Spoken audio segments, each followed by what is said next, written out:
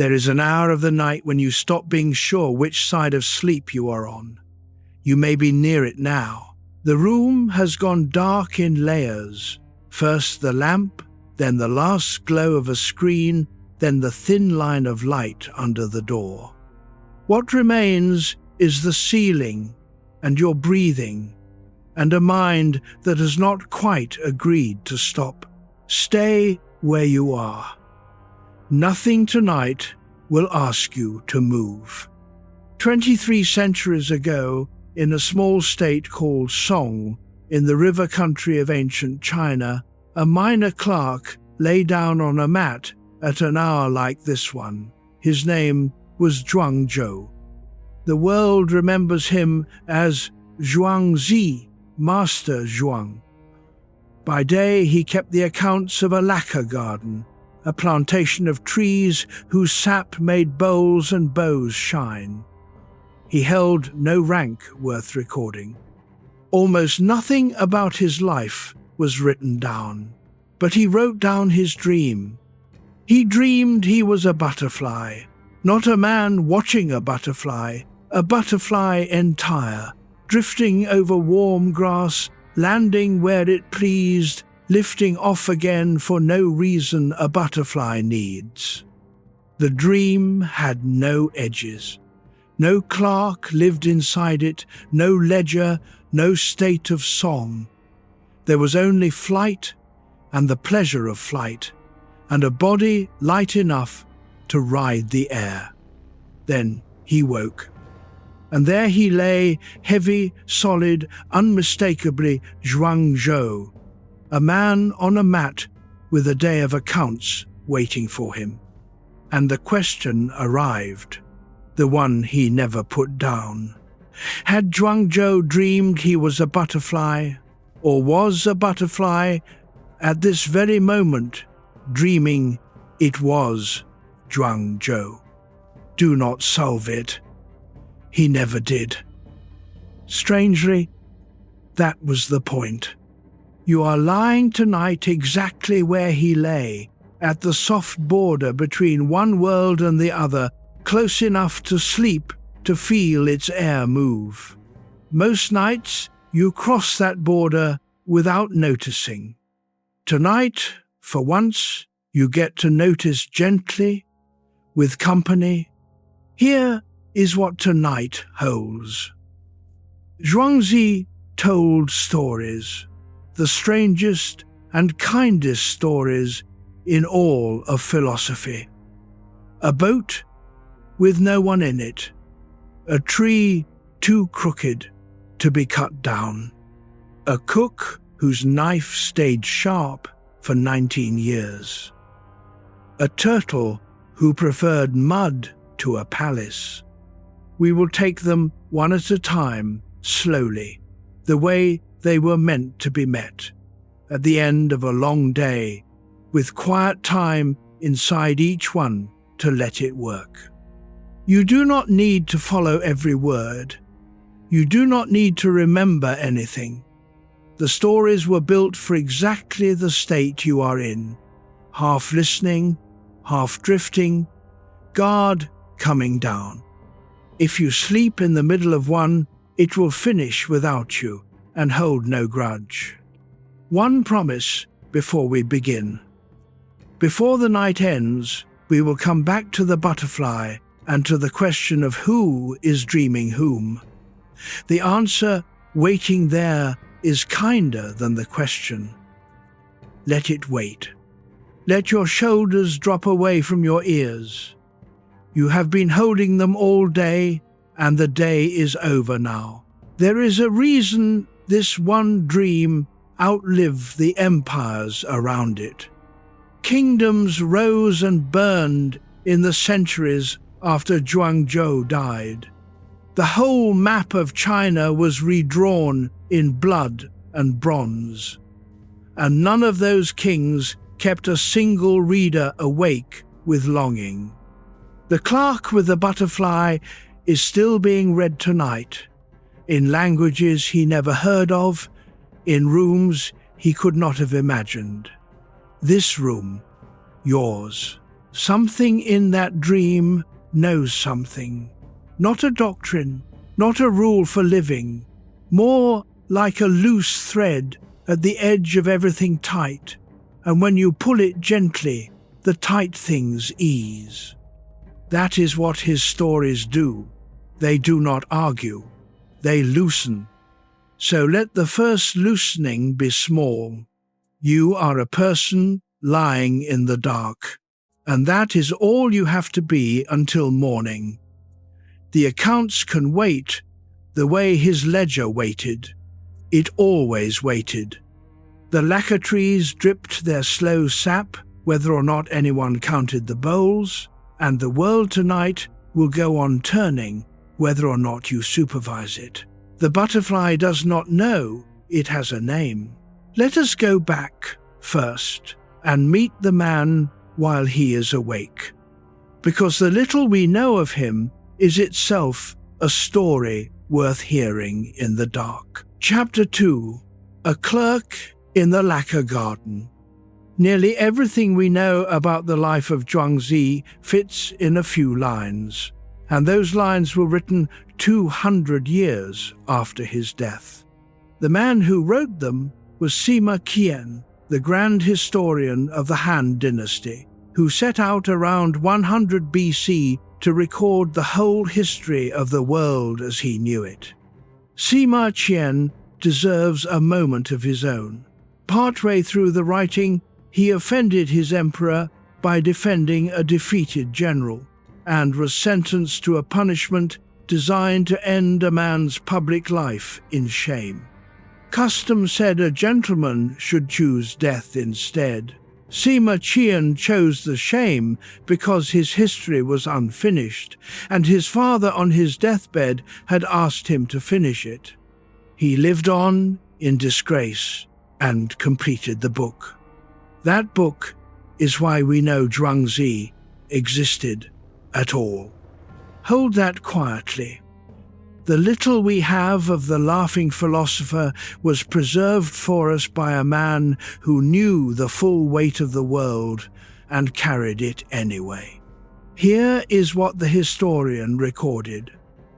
Zhuangzi was born in a place called Meng in the state of Song, a small, old-fashioned state squeezed between giants, in what is now east-central China.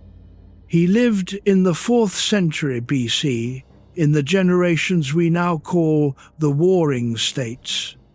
He once held a minor post in the Lacquer Garden at Meng. Some say a keeper, some say a clerk. And he turned down high office. That is nearly the whole record. The dates you will see in books, born around 369 BC, died around 286, are honest guesses, no more. But the times around him, those we know. The Warring States were exactly what the name says. The old royal house had faded to a ceremony, and 7 great states fought each other decade after decade with iron weapons and armies larger than cities. Walls went up everywhere, taxes went up everywhere. Young men marched away and did not come back. And through this burning landscape walked the philosophers. It was, strangely, the greatest age of thought China ever had. Later generations called it the 100 Schools. Confucians taught ritual and duty. Mohists preached universal care and marched to defend besieged towns. Legalists sold kings the science of control. Clever men traveled from court to court with plans for saving the world, the way consultants travel now, and kings collected them the way kings collect anything. Zhuangzi stayed home. He fished, he wove sandals. One story from the later parts of his book shows him patched and threadbare. telling a king that a poor man is not a defeated man. He watched trees, butchers, cicadas, swimmers, wheelwrights. When he was hungry enough, he went to borrow grain from a local lord, and came back with a story about a fish stranded in a wheel rut. A fish that needed 1 cup of water now, not a canal of it promised for next month. He noticed everything, and he wanted almost nothing, and the combination made him impossible to buy. His exact contemporary was Mencius, the great Confucian, who travelled those same courts urging kings toward goodness. The two men walked the same decades, possibly the same roads. Neither ever mentions the other. The age's most earnest voice and its most playful one passed in the dark, each certain the world needed something different. Notice your breath for a moment. You do not need to change it. It has been carrying you along this whole time, like a slow river under everything. A century after Zhuangzi died, the philosopher Zhuangzi, a hard-headed Confucian with no patience for mystics, complained that Zhuangzi had been blinded by heaven and forgot the human. Zhuangzi meant it as a verdict. It reads now like a compliment delivered upside down. Here was a man so taken with the way the world flows that he stopped grasping at the human scramble for position. Yet the record shows one human thing Zhuangzi could not do without. Not office, not income, not reputation. He shrugged those off like a coat in warm weather. It was an argument. There was one man he never stopped talking to, a logician, a chief minister, his opposite in everything. We will meet him on a bridge over a river later tonight, quarrelling happily about the joy of fish. First, though, the book. Because the book that carries these stories has a story of its own, and an honest teller owes it to you. Chapter 3, the book that drifted down the centuries. The book is called simply the Zhuangzi. In China, a classic often takes its author's name, the way we might say she is reading her Montaigne. For over 2,000 years, readers in every dynasty have taken this book to bed. It is that kind of classic, the kind you visit rather than study. The copy that survives holds 33 chapters. An old library catalogue from the Han Dynasty lists a version with 52.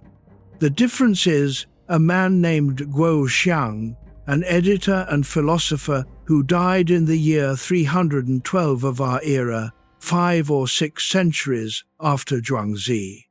Guo Xiang trimmed the sprawling text, cut what he judged spurious or repetitive, arranged what remained, and wrote a commentary so influential that his arrangement became the book. Every Zhuangzi anyone has read since is the one that passed through his hands. Those 33 chapters fall into 3 groups, and the difference matters for honesty's sake. The first 7 are called the inner chapters. Their voice is consistent, strange, brilliant, and most scholars, following the careful detective work of A.C. Graham in the 20th century, believe they are substantially the work of Zhuangzi himself. The butterfly lives there. So does the cook with the long-lived knife. The rest, 15 outer chapters, 11 called miscellaneous, came later from followers, imitators, and kindred spirits writing over the next century or more. Some of the best love stories live in those later layers: the empty boat, the skull, The Turtle in the Mud. Tonight, when a story comes from the later chapters, I will say so lightly, and you can hear it the way you hear a story told by a beloved teacher's students, not the master's hand, but the master's spirit. Kept alive around a fire he lit. Nothing you hear tonight asks anything of you. The scholarship can stay downstairs with the daytime things. The book made its way into English slowly. In 1889, a Cambridge professor named Herbert Giles published a full Victorian translation, complete with moustache-era flourishes. In 1968, Burton Watson of Columbia University gave it the plain, warm American English that made it a bedside book in the West. His versions still read like a friend talking. A.C.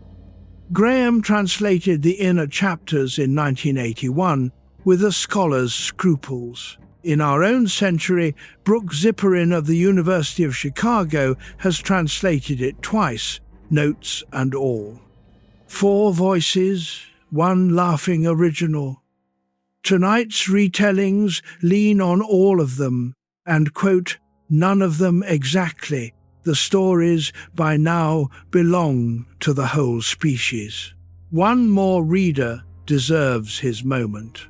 In the early 1960s, in a hermitage in the woods of Kentucky, a Trappist monk named Thomas Merton fell in love with this book. Merton read the translations, French and German and English, and then wrote his own free renderings. He called them imitations, since he read no Chinese, published in 1965 as The Way of Zhuangzi, using the older spelling of the name. A Christian monk under vows of silence, awake in the small hours of the American night, keeping company with a Chinese clerk dead for 22 centuries, and finding in him something like a kindred solitary. The book does that. It crosses any distance, provided the reader is quiet enough. And here is the small detail that changes everything about how the book feels. It is funny.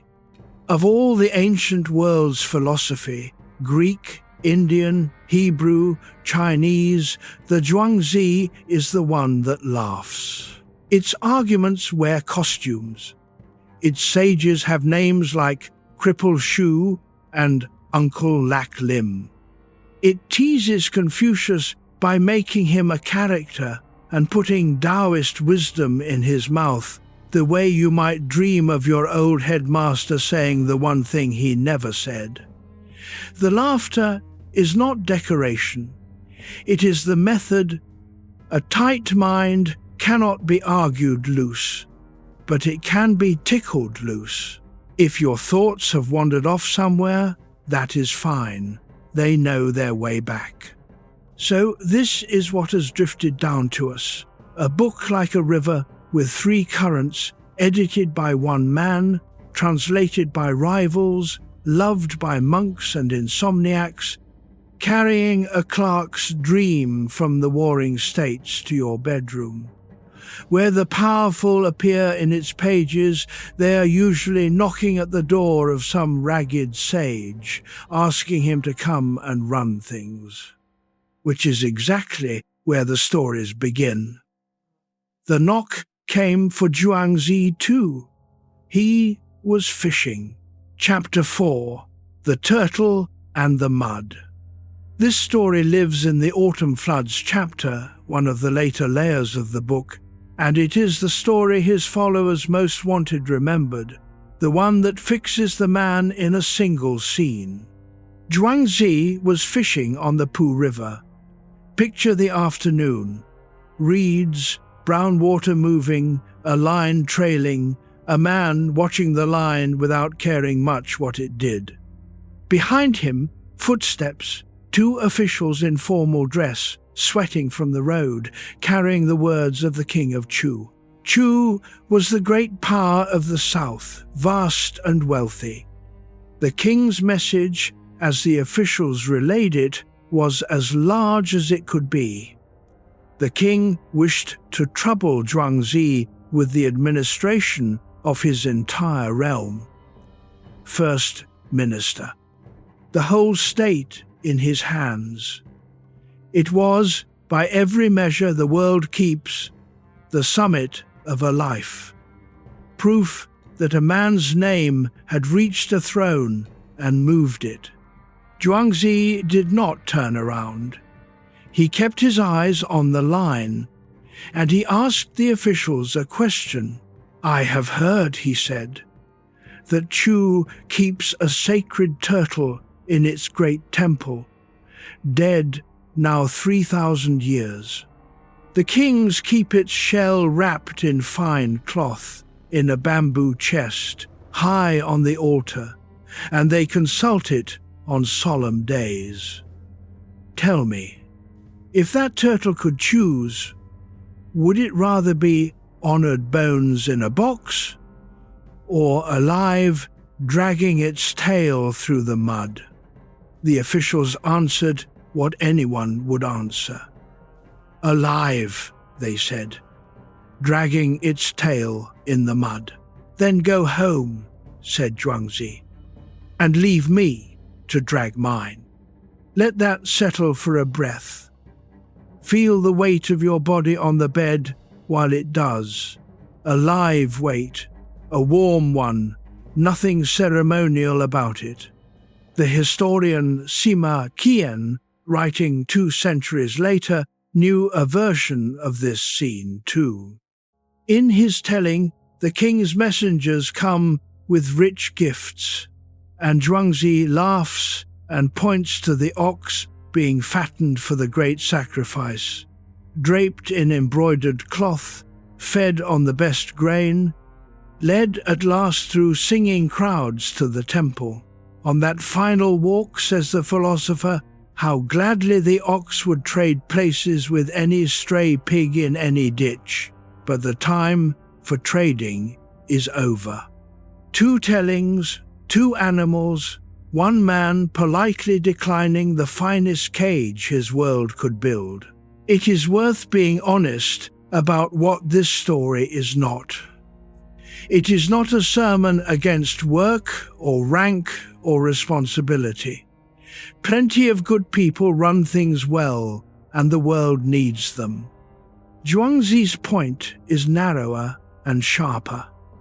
He had measured what the palace costs and what the mud costs, and he knew which currency he held. The palace pays in silk and takes your hours, your sleep, your unguarded face. The mud pays in nothing and takes nothing. He could afford the mud. He could not afford the altar. You have met this choice. Not with kings, with committees, promotions, the seat at the head of some table. Somewhere along the way you likely took some of those seats, and there is no shame in that.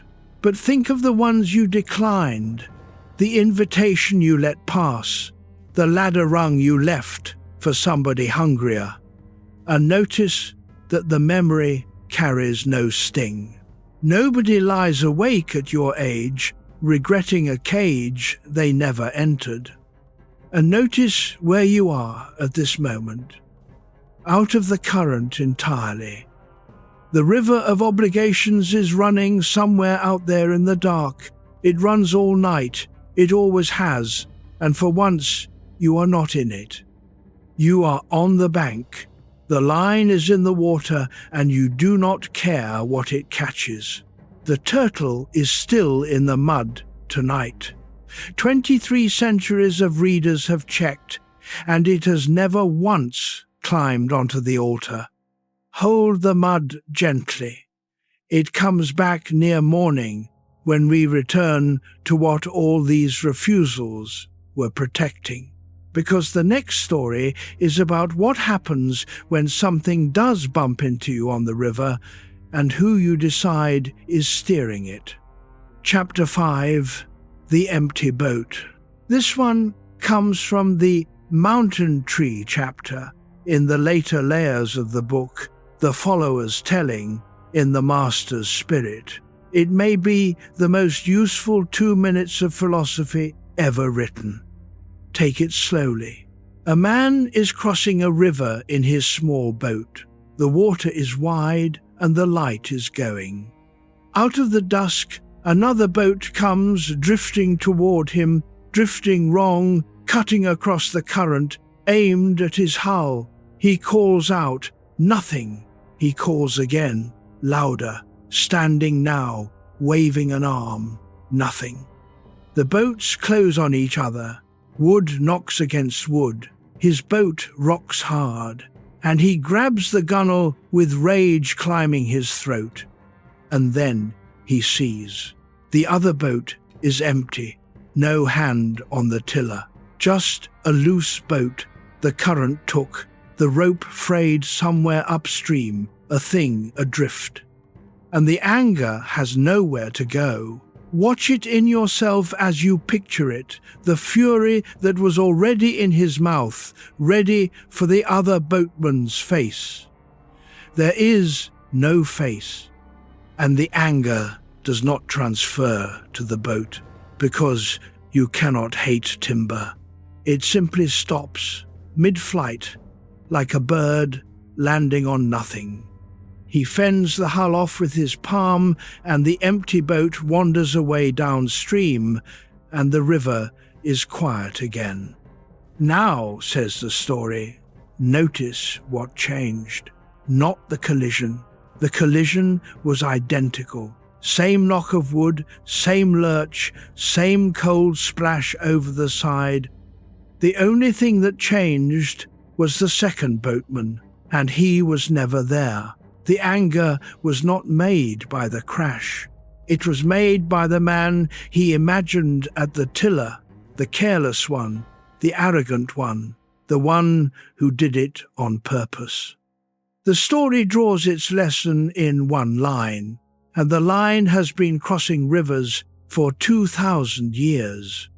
If you could empty your own boat, no one in all the world would be able to harm you, and hardly anyone would try. The river does not answer. Let your jaw soften. You have been clenching it lightly most of the day. Most people your age have been clenching it lightly for decades. Sit inside the story a moment longer, because it rewards the second look. The man in the crossing boat had a whole case built in the seconds before impact. He had the other fellow tried and convicted, reckless, selfish, typical, all of it built on a cabin he could not see into. That is the detail to keep. He could not see into the other boat, so he furnished it with a villain. We always furnish it with a villain, never with a frayed rope. And when the truth arrived, no villain, no anyone, notice what the truth did not cost him. Nothing. He lost nothing by having no one to blame. The evening was gentler without the enemy in it. That is the quiet scandal of this story. The enemy was doing no work except in him. The enemy was rocking no boat but the one inside his chest. Zhuangzi's followers told this story about a sage, about learning to move through the world so lightly, so unfreighted with self, that you become the empty boat, and the collisions of life knock against you and find no one home to wound. That is the tall version, the mountaintop version, and you do not need to climb it tonight. The bedside version is smaller and it works just as well. You cannot empty your own boat by wanting to, but you can learn to see other boats truly, and most of them, hold this, We will test it against your own cargo in a moment. Most of them are running empty. Here is the part worth carrying to sleep. The man in the story got proof. The dusk cleared, he saw the bare tiller, and the case dissolved. Life rarely gives you the proof. The other boat bumps you and drifts on into the dark, cabin unlit, and you get to choose what you believe was aboard. You will never know. Choosing the frayed rope over the villain is not gullibility. It is just picking the story that leaves your river quiet, and it has the added advantage of usually being true. Keep the image where you can reach it. A dark river, a knock of wood, nobody there. Now let us bring the boat closer to home, because you have a river of your own, and tonight, like most nights, there are boats on it. Chapter 6. Crossing the River at Night. This is the hour when the boats come back. You know the ones. The mind, with the lights off and the day's defenses stacked in a corner, launches them one by one and replays the collisions.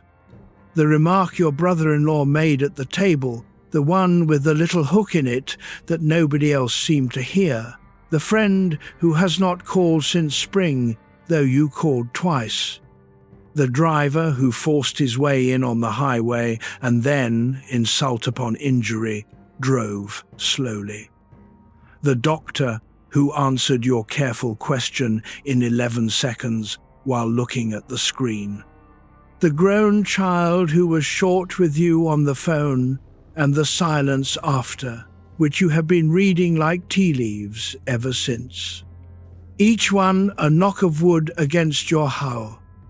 Each one, in the replay, crude, fully crude, captained by someone who meant it. So take them one at a time, the way we agreed to take everything tonight, and look into the cabin. The brother-in-law grew up in a house where the hook in the sentence was how everyone spoke. He was rowing the only stroke he knows, and his eyes were on his own water, not yours. The friend who has not called is not sitting in judgment of you. She is sitting under her own weather. A marriage gone quiet, a diagnosis she has not shared, or nothing so dramatic. Just the years doing what years do to the width of a day. The driver on the highway never saw you. That is the plain truth of it. You were furniture in his mirror, and his rudeness was between him and his mourning, not him and you. The doctor was on her 11th hour and her 30th patient, rationing herself to make it to the end of the corridor. And the grown child, this one is hard, so go gently. The grown child was short with you because he is allowed to be, because you are the one person whose love he does not have to earn that day. The shortness was not the message. The calling at all was the message. Empty, empty, or near enough. Not one of those boats was aimed. Feel how much lighter the river gets when you stop staffing every hull with a captain whose mission is you. This is not letting people off some hook. Real harms exist, and you have met a few, and nothing tonight asks you to rename them. But they are rarer than the Midnight Fleet suggests. The fleet is mostly driftwood-wearing faces you painted on. If your mind has wandered off down its own river, that is fine. Come back at your own speed. The boats will keep. There is an old unfairness built into every one of us, and naming it helps. When we bump someone, we know our story, the bad night, the aching hip, the worry about money that made us curt in the checkout line. We were an empty boat, and we know it. But when someone bumps us, we see intention. Psychologists in the last century mapped this crookedness carefully and gave it dry names, and we will visit one of their findings later tonight in another doorway. For now, the mapping matters less than the mercy. Everyone else is also having a hard time steering. Everyone else's rope is also frayed somewhere upstream. So try this. Not as a task. Tonight has no tasks, but as a slow experiment in comfort. Take the boat you replay most often, the collision you have run 100 times. Just once, run it empty. Same words, same lurch, same splash. No captain. A tired person, a frightened person, a person looking at their own water. Run it empty and notice what your shoulders do. That is all. Nothing to fix, no one to forgive by morning, just a quieter river. And before we leave the water, one promised to plant the second of the night. There is another story about Zhuangzi and this same river country, about the worst night of his life, and a tub and a song that scandalized everyone who heard it. It is the deepest water in the whole book, and we are not ready for it yet. It waits until the house is at its very stillest. We will get there together. For now, come up the bank with me, out of the current, to where something enormous and crooked is standing against the stars. It has been standing there a long time. Chapter 7. The Tree No One Wanted. This story lives in the inner chapters, the layer closest to Zhuangzi's own hand, and he loved it enough to tell it more than once in different costumes. Here is the fullest telling from the chapter he called roughly In the World of Men. A master carpenter named Shi was travelling with his apprentice toward the state of Qi. At a village crossroads, they came upon an oak so vast it was sheltering the local shrine, a tree the size of a hill. Its canopy could have shaded 1,000 oxen.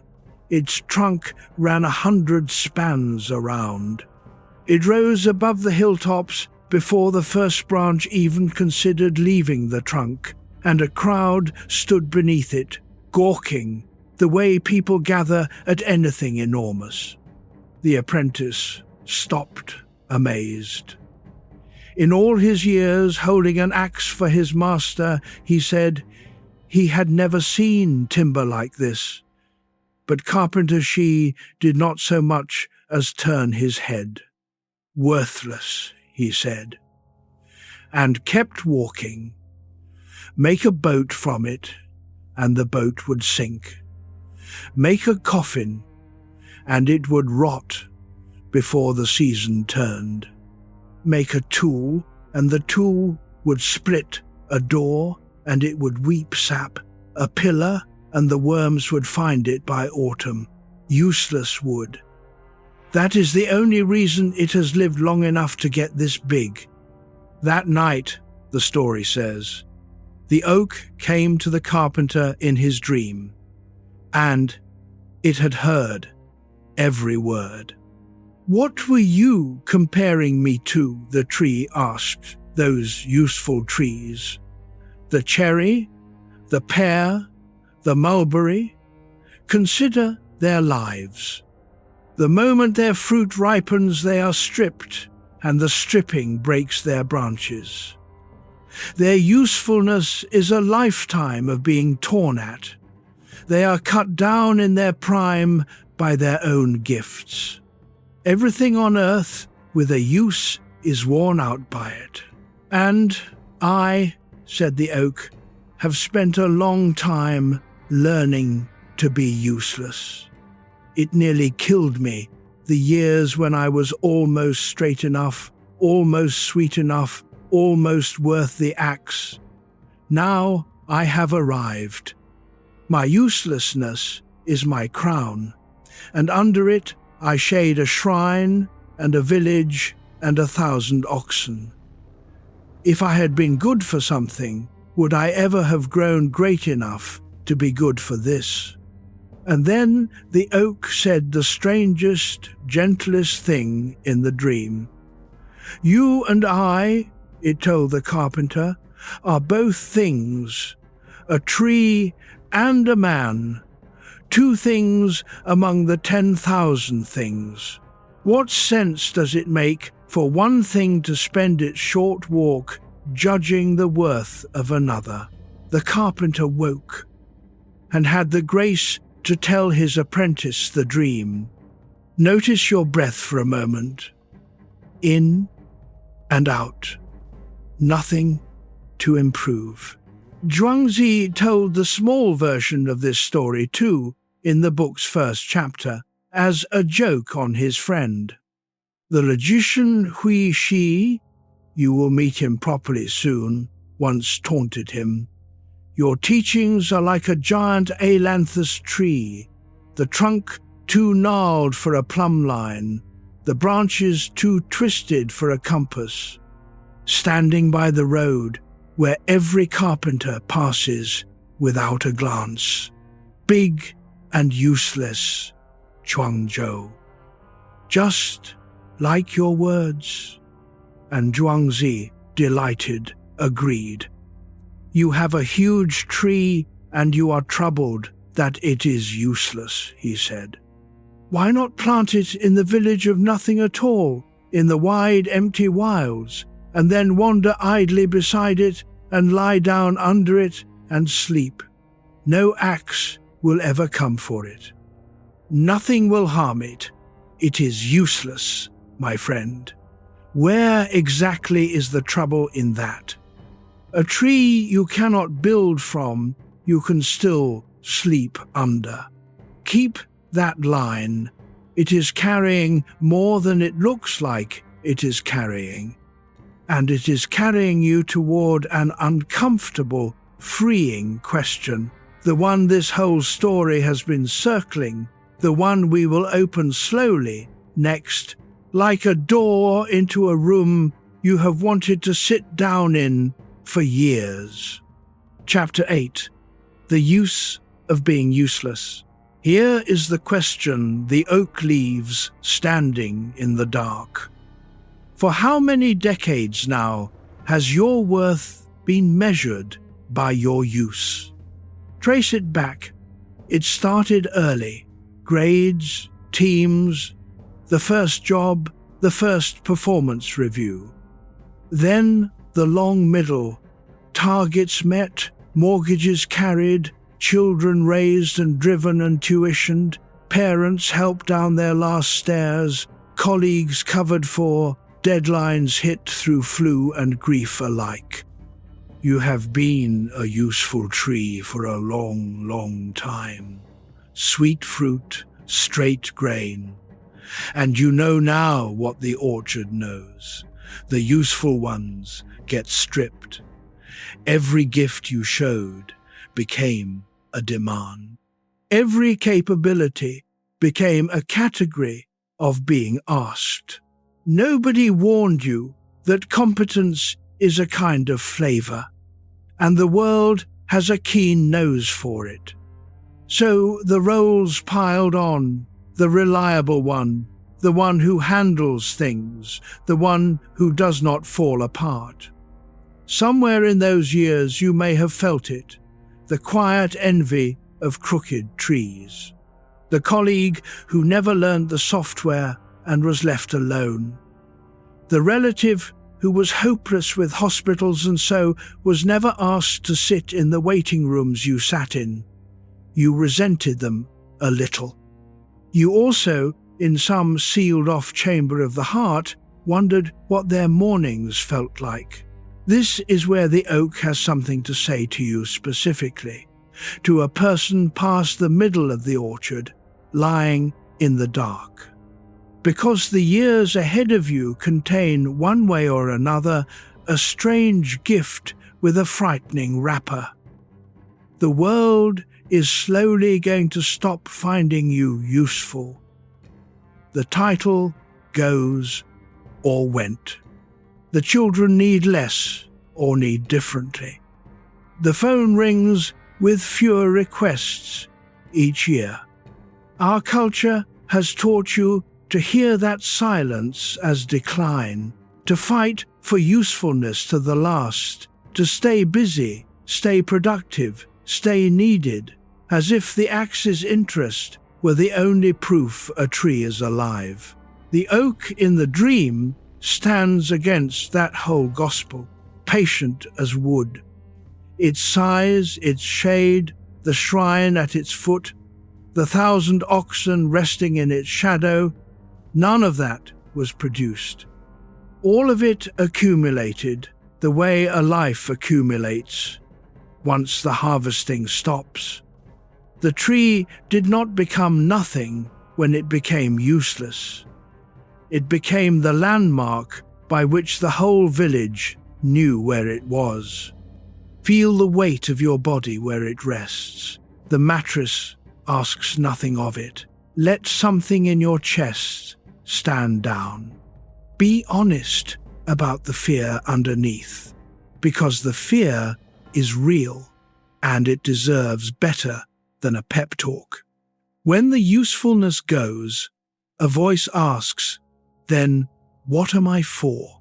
Zhuangzi's answer is not a comfort pasted over the question. It is a rejection of the question's premise. For, he would say, is a carpenter's word. It belongs to lumber. You were never lumber, not even in the years when you volunteered to be. A tree is not a boat that failed to happen. A person is not their output, not their references, not the sum of tasks absorbed, and the part of you that knows this has been waiting decades for the argument to be over. You are allowed to be the tree at the shrine now, shade, not timber, the one the young ones gather under, without being able to say, why? Useless, at last. The way a temple is useless, the way this hour is useless. Nothing to harvest, nothing to hit. A standing quiet that turns out to be the thing the whole village was missing. The oxen are lying down in the shade now. Somewhere in the dark, water is moving, because a well is waiting, a small one, with one proud frog in it, and past the well, the sea. Chapter 9, The Frog in the Well. If your mind has been drifting, that is fine. Come back gently. We are still here, and nothing has been lost. A frog is about to receive a visitor. This story comes from the Autumn Floods chapter, The Later Layers again, the followers writing at the top of their form. There was a frog who lived in a broken-down well. When company came to the well's edge, he gave the tour. "Have you seen my water?" he asked. I leap out on the railing. I rest in the hollow of a missing brick. I swim with my chin just above the surface. I sink my feet in the soft mud, and the crabs and the tadpoles, none of them can match me. I have the whole pool to myself, master of this entire well. Why don't you come down and see for yourself? The visitor that day was a sea turtle of the great Eastern Sea. He accepted the invitation politely, but before his left foot had fully entered the well, his right knee was already wedged against the shaft. The well, to put it kindly, did not fit him, so he backed out, slowly, and stood at the rim and told the frog about the place he lived. "The sea," he said. "1,000 miles will not measure its width. 1,000 fathoms will not find its floor. In the years of the great floods, when every river rose, the sea did not rise. In the years of the long drought, when the land cracked open, the sea did not fall. It is the water that time and weather cannot budge, and living in a thing so vast that nothing can change its level," said the turtle, "is the happiness of the eastern sea." And the frog of the well, says the story, was dumbfounded. He had no answer at all. His water had just changed size without losing a drop. There is no meanness in this story, though a lazy reading finds some. The turtle does not mock the frog. The sea does not drain the well. The frog simply receives, in one afternoon, the news every one of us gets eventually. The pool you are master of is not the whole of the water. Zhuangzi opened his entire book with the same news, told upward instead of downward. In the far north, he wrote, lives a fish called kun, so vast no one knows its length, and it becomes a bird called peng, whose wings hang across the sky like clouds. When peng rises, it climbs the wind 90,000 miles and flies south for half a year before it rests. And down in the brush, a cicada and a little dove laugh. What is that fool doing up there? We spring up, we make the next elm, sometimes we don't, and land in the dirt, and that's that. What is the point of 90,000 miles? The cicada is not wicked. The dove is not stupid. They are just measuring the sky with an elm tree. Small knowledge, Zhuangzi says gently, cannot reach big knowledge, not because it is worthless, but because it has never needed to. The elm was always close enough. Notice your breath, just once, on its way out. Long after this hour, it will keep doing that without you. Now bring the well home, because you have one. Everybody does. By this stage of life, you know your well intimately. The practiced opinions, the loyal grudges, the map of how things are that you drew in your 30s and have been inking over ever since. A well is not a failure. A well is just a life that has settled into its walls. The water is real, the mud is comfortable, and you are genuinely master of it. But notice what this hour does. This exact hour lights off, ceiling invisible. The walls lose their edges in the dark. The day's pool, with its rankings and its irritations, its inbox and its aches, quietly changes size. Every night, whether you ask for it or not, sleep backs up to the rim of your well like a patient turtle and mentions the sea. You do not have to leave the well tonight. That is not the assignment. There is no assignment. Just let the news in, the way the frog finally did. The floods will come some year, and the droughts will come some year, and there is a water in you that neither will move. The frog is quiet now, looking up. The stars fit in the well's mouth, all of them. And while he looks up, let me introduce the man who spent 30 years telling Zhuangzi that stories about frogs are not arguments. He had a point. He usually did. That was what made him irreplaceable. Chapter 10. The Friend Who Loved to Argue. His name was Wei Shi. In the book, he is usually Weizi, Master Wei, and he was everything Zhuangzi was not. Where Zhuangzi fished, Wei Shi governed. He rose to chief minister of the state of Wei at the elbow of King Hui of Liang, one of the very kings Mencius lectured.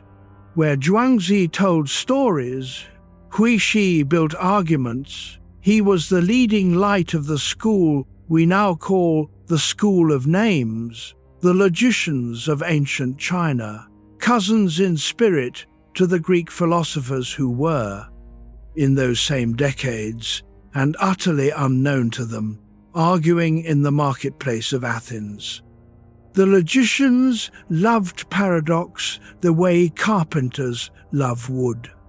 Hui Shi's own sayings survive mostly in the final chapter of the Zhuangzi, where the followers, bless them, wrote his greatest hits into their master's book like a rival's portrait hung in the family hall. The South has no limit, said Hui Shi, and yet has a limit. I set off for Yue today and arrived yesterday. Heaven is as low as earth. Mountains are level with marshes. The sun at noon is the sun declining. A creature born is a creature dying. And then, at the end of all the puzzles, this one, suddenly tender. Love the 10,000 things without exception, for heaven and earth are one body. His colleague Gongsun Long became famous for proving that a white horse is not a horse, do not worry. The proof works better in classical Chinese. And the whole school delighted in showing that the words we live by come apart at the seams if you pull them. The Confucians found them irritating. Kings found them useful at dinner. Zhuangzi found them fascinating and wrong. Wrong in a way worth 30 years of conversation. Because, notice, both men had discovered the same loose thread. Words do not fit the world. Categories leak. Hui Shi's response was to pull the thread cleverly, publicly, competitively, to win. Zhuangzi's response was to let the garment fall and go swimming. One of them made paradoxes, the other made peace with the thing paradoxes point at. Their bickering fills the book like weather. Hui Shi with his big gourd. A king gave me seeds, and the gourds grew so huge they were useless. Too big for a dipper, too shallow for a ladle, so I smashed them. Zhuangzi, delighted. You had a vessel bigger than a boat, and you tried to make a bucket of it. Why not lash it to your waist and float down the rivers all summer? Your gourds were fine, my friend. Your imagination was small. You still think a thing's use must look like a use. There it is again, the empty boat, the crooked tree, now a gourd riding the current. He kept handing his friend the same gift, and his friend kept returning it unopened. Let your shoulders drop again. They have crept back up while no one was watching. That is what they do. Now, here is a thing worth planting deep, because we will need it much later tonight. Watch what Hui Shi does across every story he appears in. He grips, he forces. He needs the gourd to be a bucket, the tree to be lumber, the argument to be won, the world to hold still and admit he is right. He is brilliant, tireless, and clenched, a fist of a man. And Zhuangzi loved him and teased him and kept trying to show him the one thing a fist cannot do, which is receive. Keep that image of the fist, because there is one place in your own night, one ordinary, familiar place, where effort itself is the failure, where the harder you grip, the further the prize recedes. An old cook will show us the shape of the secret first, and then, much later, near the deep end of the night, a researcher of our own era, a man who studies sleepers in a clinic, will confirm what the cook knew with graphs. Hold the question until then. Where does trying itself defeat the try? No answer yet. Loose threads are allowed to dangle here. This is that kind of book. First, the two friends deserve their finest hour. It happens on a bridge over a river called the How, on an afternoon when the fish were doing something wonderful. Chapter 11, The Joy of Fish. Of all the scenes in the book, this is the one scholars and insomniacs alike return to most. A complete philosophy seminar, 4 sentences long, held on a footbridge. It closes the Autumn Floods chapter, and whoever wrote it down knew these two men well. Zhuangzi and Howie Shi were strolling across the bridge over the How River. Below them the water ran clear, and the minnows were out, darting and turning and hanging in the current, doing the shining, aimless things minnows do. Zhuangzi leaned on the rail and watched. "See how the minnows dart and glide," he said. "That is the joy of fish." Hui Shi could not let it stand. "You are not a fish," he said. "How do you know the joy of fish?" "You are not I," said Zhuangzi. "How do you know I do not know the joy of fish?" "Exactly," said Hui Shi, closing the trap with the satisfaction of a professional. "I am not you, so I cannot know what you know. And you are not a fish, so you cannot know the joy of fish. The argument is complete." Zhuangzi looked back down at the water. "Let us return," he said, "to the beginning. You asked me how I know the joy of fish, and in the asking you had already granted that I know it. You wanted to know where I knew it from. Well, I know it from here, above the How, and that, infuriatingly, gloriously, is where the book leaves it. For 2,000 years, readers have argued about who won. The logicians score it for Hui Shi, the pun on how does not answer the epistemology, and knowledge of other minds remains unproven. Thank you and good night. The poets score it for Zhuangzi. Standing on a bridge in the late light, watching minnows shine, if what fills you in that moment is not knowledge of the joy of fish, it is something better, and quibbling about its paperwork is exactly the fist clench that misses the world. But the sweetest reading scores it for neither, because it notices something the argument counters miss. These two men took this walk together. That is the fact under the fencing. The minister and the sandal weaver, the logician and the storyteller, decades into a friendship made entirely of disagreement. Out watching fish on an afternoon nobody recorded the date of. The argument was not a battle. It was the game they played, their whole lives, the way other friends fish or throw dice. Neither ever converted, the other, neither ever walked away. Hold your own version of that for a moment. The friend you argued with for years about politics, about God, about the right way to raise children or grill a steak, and loved without interruption the entire time. If you were lucky, you had one. If you are very lucky, they are still reachable, one bridge away. Nothing you hear tonight asks anything of you. But some boats, as we will see before morning, are not empty, and those are the ones worth steering toward while the river still runs. The minnows are still moving down there in the clear, dark water. They do not know the argument ever happened. That too might be the joy of fish. Now the bridge empties, the friends walk home to their separate certainties, and we go where the whole night has been quietly heading, to a kitchen, of all places, in a duke's palace, where a man with a knife is about to show us the secret we planted 2 chapters ago. Listen for the rhythm first.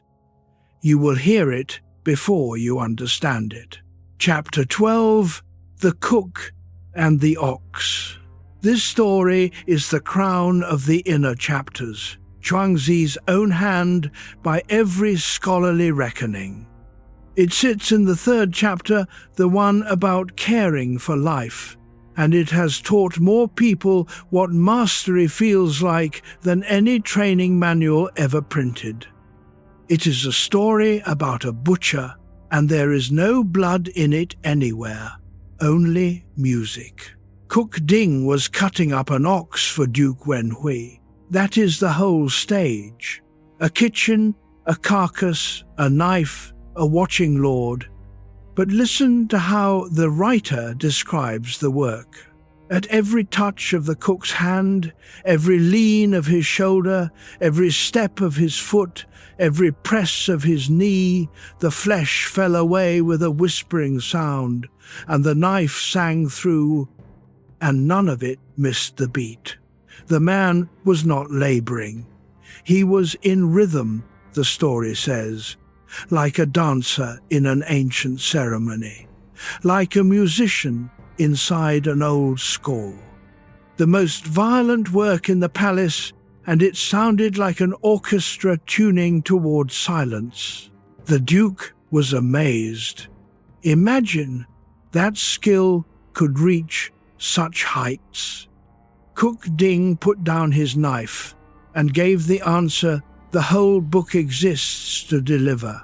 What your servant cares about, he said, is the way which goes beyond skill.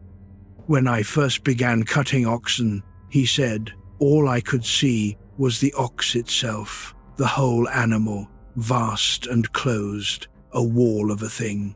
After 3 years, I no longer saw the whole ox. And now I meet it with my spirit, rather than looking with my eyes. My senses know where to stop, and the spirit moves on without them. I follow the natural makeup. I strike into the great hollows, guide the blade through the great openings, go by how the thing already is. The ox, he is saying, arrives already divided, the way a log arrives already grained, and his knife merely agrees with it. He never touches a ligament or a tendon, he says, much less the great bone. A good cook changes his knife once a year because he cuts. An ordinary cook changes it monthly because he hacks. And then the line that has echoed down 23 centuries. I have had this knife for 19 years. It has taken apart several thousand oxen, and the edge is as fresh as if it had just left the grindstone. How? The joints have spaces in them, and the blade of a knife has, really, no thickness of its own. If you insert what has no thickness into where there is space, there is room to spare. Room, he says, to wander in. 19 years, and the knife has never once argued with a bone. It goes where the openings already are. The bones keep their arguments, and the blade keeps its edge. But the cook is not finished, and the last part is the part to fall asleep on. Even so, he says, every time I come to a complicated place, a knot, a cluster, a tangle where the way is not obvious, I slow down, I watch, I take care. My movements become small, almost nothing, and then the whole tangle separates, falls away like a clod of earth crumbling to the ground, and I stand there with the knife in my hand and look all around and take my time, thoroughly pleased. Then I wipe the blade and put it away. The Duke said, "Excellent. I have heard the words of Cook Ding and learned how to care for life, not how to butcher, how to live." The Duke heard it correctly, and so do you, lying there with your knife finally set down for the day. Feel the weight of your body on the bed. Nothing in you needs to cut anything until morning. We are going to stay in this kitchen a while longer, because inside the cook's answer is a two-word idea, the connecting thread of this entire night, and it deserves a chapter with the lights low. Chapter 13, The Space Between the Joints. The Taoists had a name for what Cook Ding was doing, and it is time to say it properly. Wu Wei. Two small words. The first means not or without, the second means doing, forcing, striving. Not doing, the old translations say, which misleads generations of readers into picturing a sage in a hammock. Watch the cook again, and you see how wrong the hammock is. The man is working. The ox comes apart. Dinner gets made. Wu Wei is not the absence of action, it is the absence of forcing. From here on, whenever the old words come up, hear them that way. The art of not forcing. The cook's knife is the perfect teacher of the difference, so stay with it a moment. An ordinary cook meets the ox as an opponent. Where the way is blocked, he presses harder, and the bone wins, and the edge dies, and a new knife is needed by the month. Cook Ding meets the same ox as a landscape. Where the way is blocked, he does not press harder, he looks for where the way is not blocked. The spaces were always there, in every ox, available to every knife in the kingdom. The other cooks were not unlucky. They had a plan for the ox, and the plan mattered more than the ox. The blade that argues with bone loses the argument slowly every time. That is Wu Wei's whole claim, laid out on a cutting board. The world comes pre-divided. Situations have grain like wood. Days have joints and hollows like the ox. People do too. And nearly all our exhaustion, hold your own day up to the light here, comes not from the work itself, but from the forcing, from insisting on the plan at the exact places where the world had other openings. From hacking where we could have followed. You know this already, in your hands if not in your philosophy. Think of anything you are good at after all these years. Driving. Once, decades ago, you gripped the wheel with both fists and the whole highway was an ox, closed, hostile, requiring force. Now, your hands rest at the bottom of the wheel and you flow with traffic you cannot control and arrive unclenched. Or dough, push it wrongly and it fights back sullen, fold it at its own pace and it opens. Or a long marriage, which cannot be won, only followed 40 years of learning where the openings are and where the great bone is, and that the blade does better to bow around it. Mastery in every one of these turned out to be the slow replacement of force with attention. The beginner supplies effort. The master supplies noticing. Let your hands uncurl on the blanket. All evening they have been holding something that is not there. And here, quietly, the question from Huixi's chapter steps closer. Remember it, the fist, the place where trying itself defeats the try. The cook is half the answer, and you can feel the half now. Some things yield only to not forcing. Some doors push open, and some doors are on springs, and the harder you shove those, the harder they press back. Daytime life has a few such doors. Night has the biggest one of all. We are still saving it. The clinic and its grafts are hours away, down where the night gets deepest. There is no rush, and the not rushing is itself the lesson. One more look at the cook before we leave him, because his final confession is the one that keeps this teaching honest. Even after 19 years, he slows down at every knot. Wu Wei did not make him fast. It made him respectful.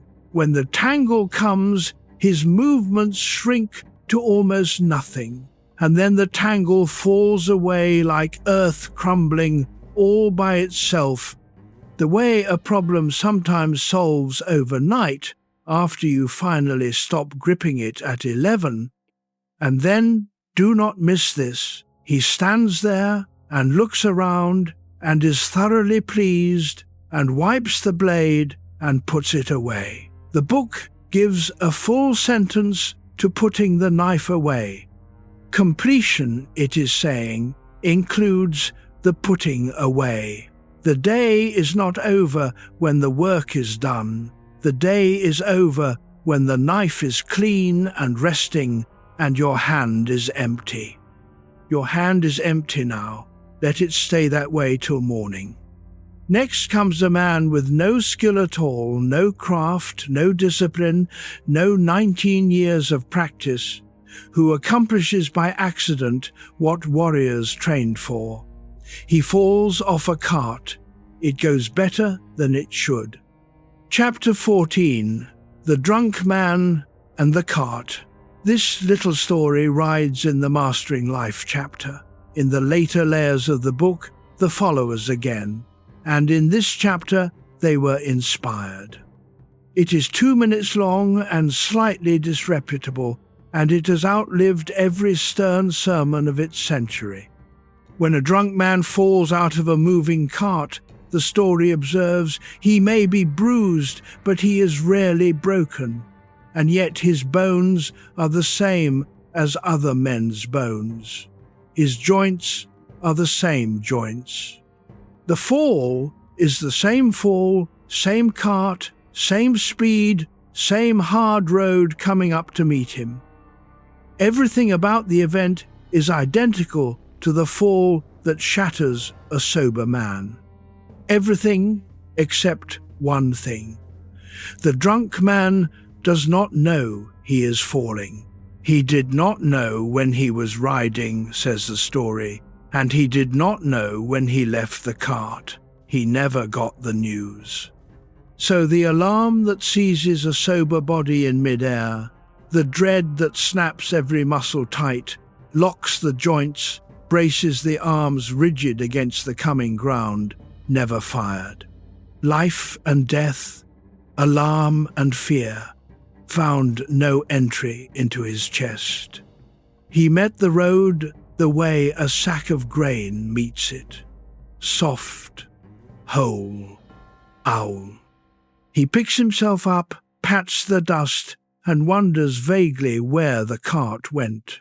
His spirit was intact, is how the old text puts it. And then it draws the enormous conclusion from the small comedy. If wine can hold a man's spirit together this well, how much more could heaven? How much more could the natural, the unforced. The whole hold a person together who kept their wholeness from there. 23 centuries of readers have gotten the joke without taking the prescription. This is not medical advice from the warring states. The wine is a stand-in, the most familiar door to the state the story once noticed, unbraced, unclenched, not tracking the fall. The drunk man holds no opinion about the ground, files no protest against gravity, and gravity, finding no argument, files none back. The sober man breaks because he is defending himself. There is the sentence to lie with. His tightness is loyalty, the body trying to protect its person, and the loyalty is what shatters. Every locked joint is a little argument with the road, and the road wins every argument it enters. Breathe out once, slowly, and see if anywhere in you is braced for a fall that is not happening. Because that is the night version of this story, and you know it well. A body in bed is a body no longer falling anywhere. The day's cart has stopped, you are 2 feet from the floor of the world, nothing is coming up to meet you, and yet the jaw holds its guard. The shoulders stay strapped in. The stomach keeps a fist closed around tomorrow's appointment, and the mind rides on through the dark, white-knuckled, braced against impacts scheduled for Thursday. A sober fall, practiced nightly, from a cart that is standing still. The drunk man cannot teach you technique. He has none. That is his entire charm. What he offers is evidence. Evidence that most of the damage was never in the fall, it was in the bracing. The same road that breaks the defended body catches the undefended one almost kindly. You have seen it in the years you have lived. The ones who fought every change went down hardest, and the ones who could not brace, the very old sometimes, the very young always, seemed handed from moment to moment like something the world was carrying. Toddlers fall all day, and mostly bounce.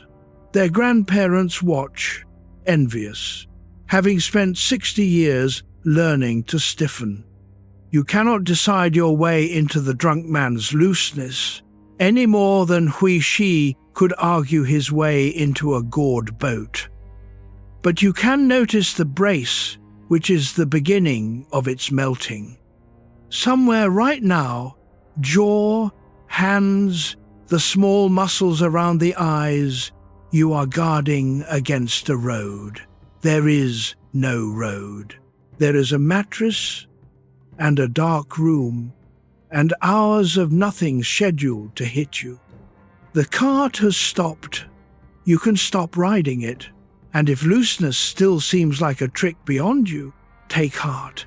The next story is about exactly why it keeps slipping away, why the harder the prize matters, the clumsier the hands. It involves an archer and 3 wagers and a piece of gold that ruined a man's aim without touching his bow. Chapter 15. The Archer and the Gold.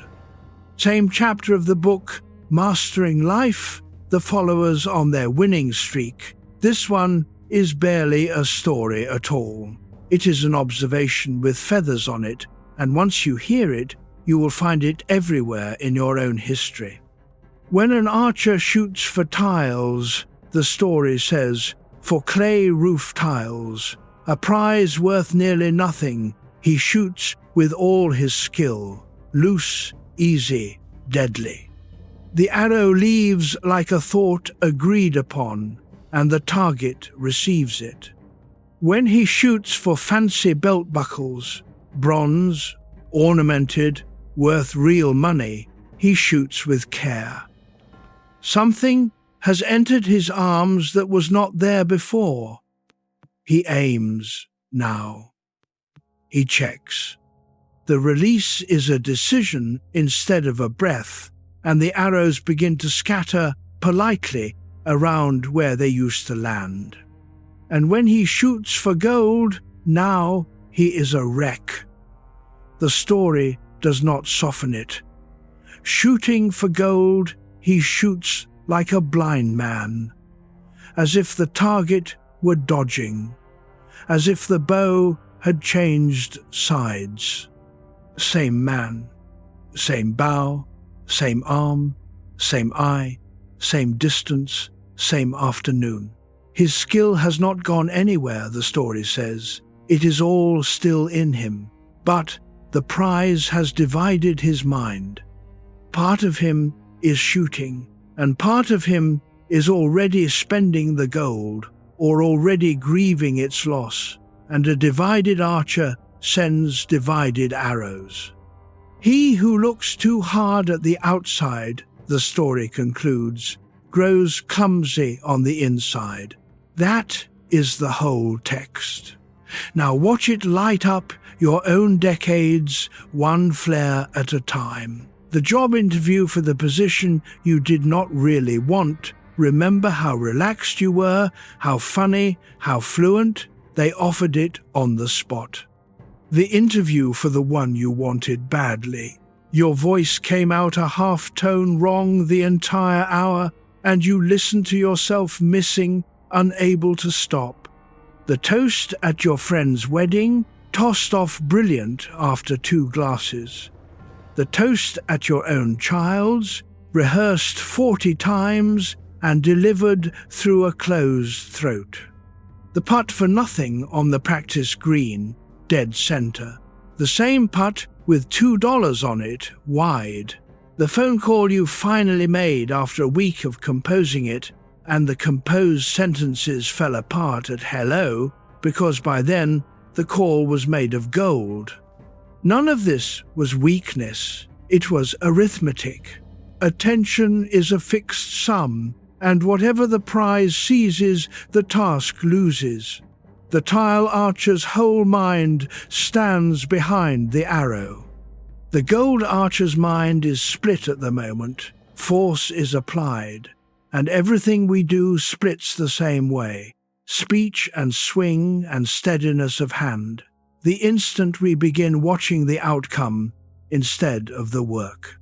Listen to this next part especially gently, because it is the hinge of the whole night.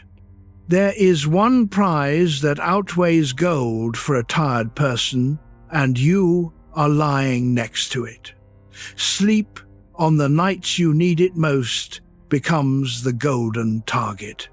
The presentation is at 9, the flight is at 6, the test results come in the morning, and so tonight of all nights you must sleep. And you know it, and the knowing is precisely the gold. You lie there, shooting for the biggest stakes in your little kingdom, checking the clock the way the archer checks his aim. 2 more calculations of how many hours remain if you drop off right now.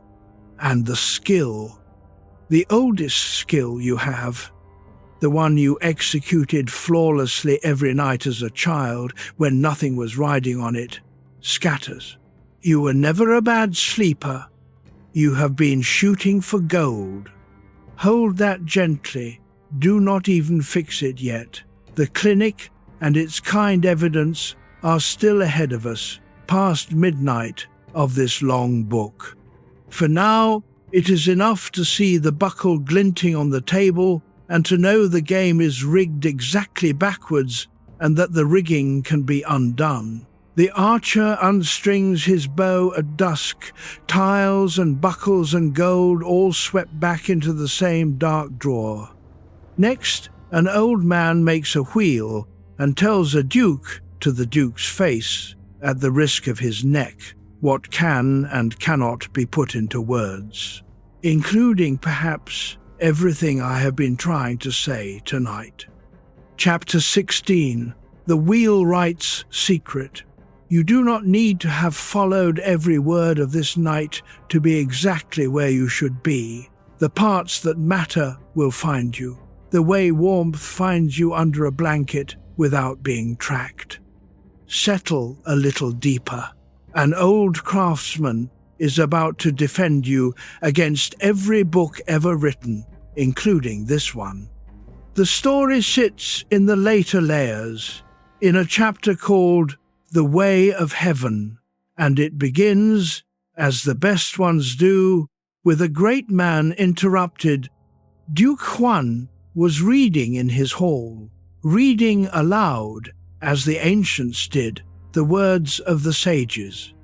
Below the raised platform, in the courtyard, a wheelwright named Bian was making a wheel, chisel, mallet, the slow bite of blade into elm.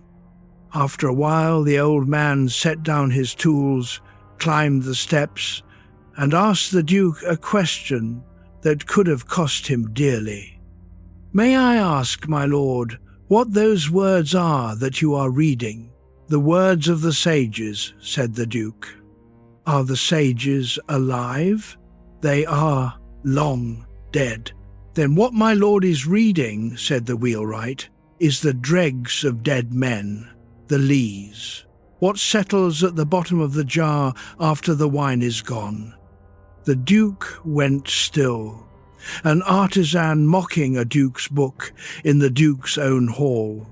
"Explain yourself," he said, "or die for it." Those were the stakes, and the old man knew them when he climbed the steps. The wheelwright explained, not with doctrine, but with the only thing he had, his trade. "Your servant looks at it from the point of view of my own work," he said. "When I cut a wheel, if the chisel goes too slow, it slides and will not bite. The joint comes loose and sloppy. If it goes too fast, it jams and the wood is wounded. Not too slow, not too fast. There is a pace at which the blade and the elm agree. My hand finds it and my heart answers it, but my mouth cannot say it. I could not teach it to my own son, I tried, my lord, and my son could not receive it. Which is why I am 70 years old, and still down in your courtyard, cutting wheels myself." And so, he said, the ancients died with the part that mattered still in them, the part that could never be handed over. What could be handed over is in your book. That is why I called it, with respect, the dregs. The book does not record the Duke's reply. The followers who wrote the scene were writers, filling a book with a story that says, "Books cannot carry what matters." The Zhuangzi does this constantly, soars at the branch it sits on, laughing, and stays aloft anyway. Take the wheelwright's side for a moment. You already know he is right. Your hands know it. Think of what you carry that no page ever gave you. How hard to press a crying child against your shoulder. The feel of the car beginning to lose the road in rain, and the answer your wrists make before you have decided anything. When the dough has been kneaded enough. When a silence in a conversation must not be filled. How your late father took his coffee, not the fact of it, the motion of it, your hand doing it his way without asking. 70 years old, some of your knacks now, and still cutting true. This is not an argument against reading. You are, after all, listening to a book. It is a sorting. Words carry maps, and maps are honest work. But the territory goes hand to hand, or not at all, which is why old crafts die in a single skip generation, and why sitting with a person who knows something is worth a shelf of what they wrote. If your mind drifts here, let it drift toward hands you have known. And Falling asleep, there is the night's quiet punchline, is a knack of exactly the Wheelwright's kind. No one ever learnt it from a page. You cannot say how you do it. You could not teach your own child, who had to find it alone in the dark, as you did. Every night your hand finds the pace and your heart answers. The books about it, every last one, are dregs. Set the book down then, as far as duty goes. Let it murmur on as company instead, not too slow, not too fast. The chisel is finding its pace on its own. Next, a waterfall no swimmer could survive, and the man who came out of it singing. Chapter 17. The Swimmer at the Falls. Back to the Mastering Life chapter now. The later layers, the followers at their best, for the story that takes the cook's kitchen secret and throws it into white water. Confucius, a character again in another man's book, and he might not have minded, was admiring the falls at Luliang. The water dropped, the story says, from a terrible height and boiled downstream in rapids for miles.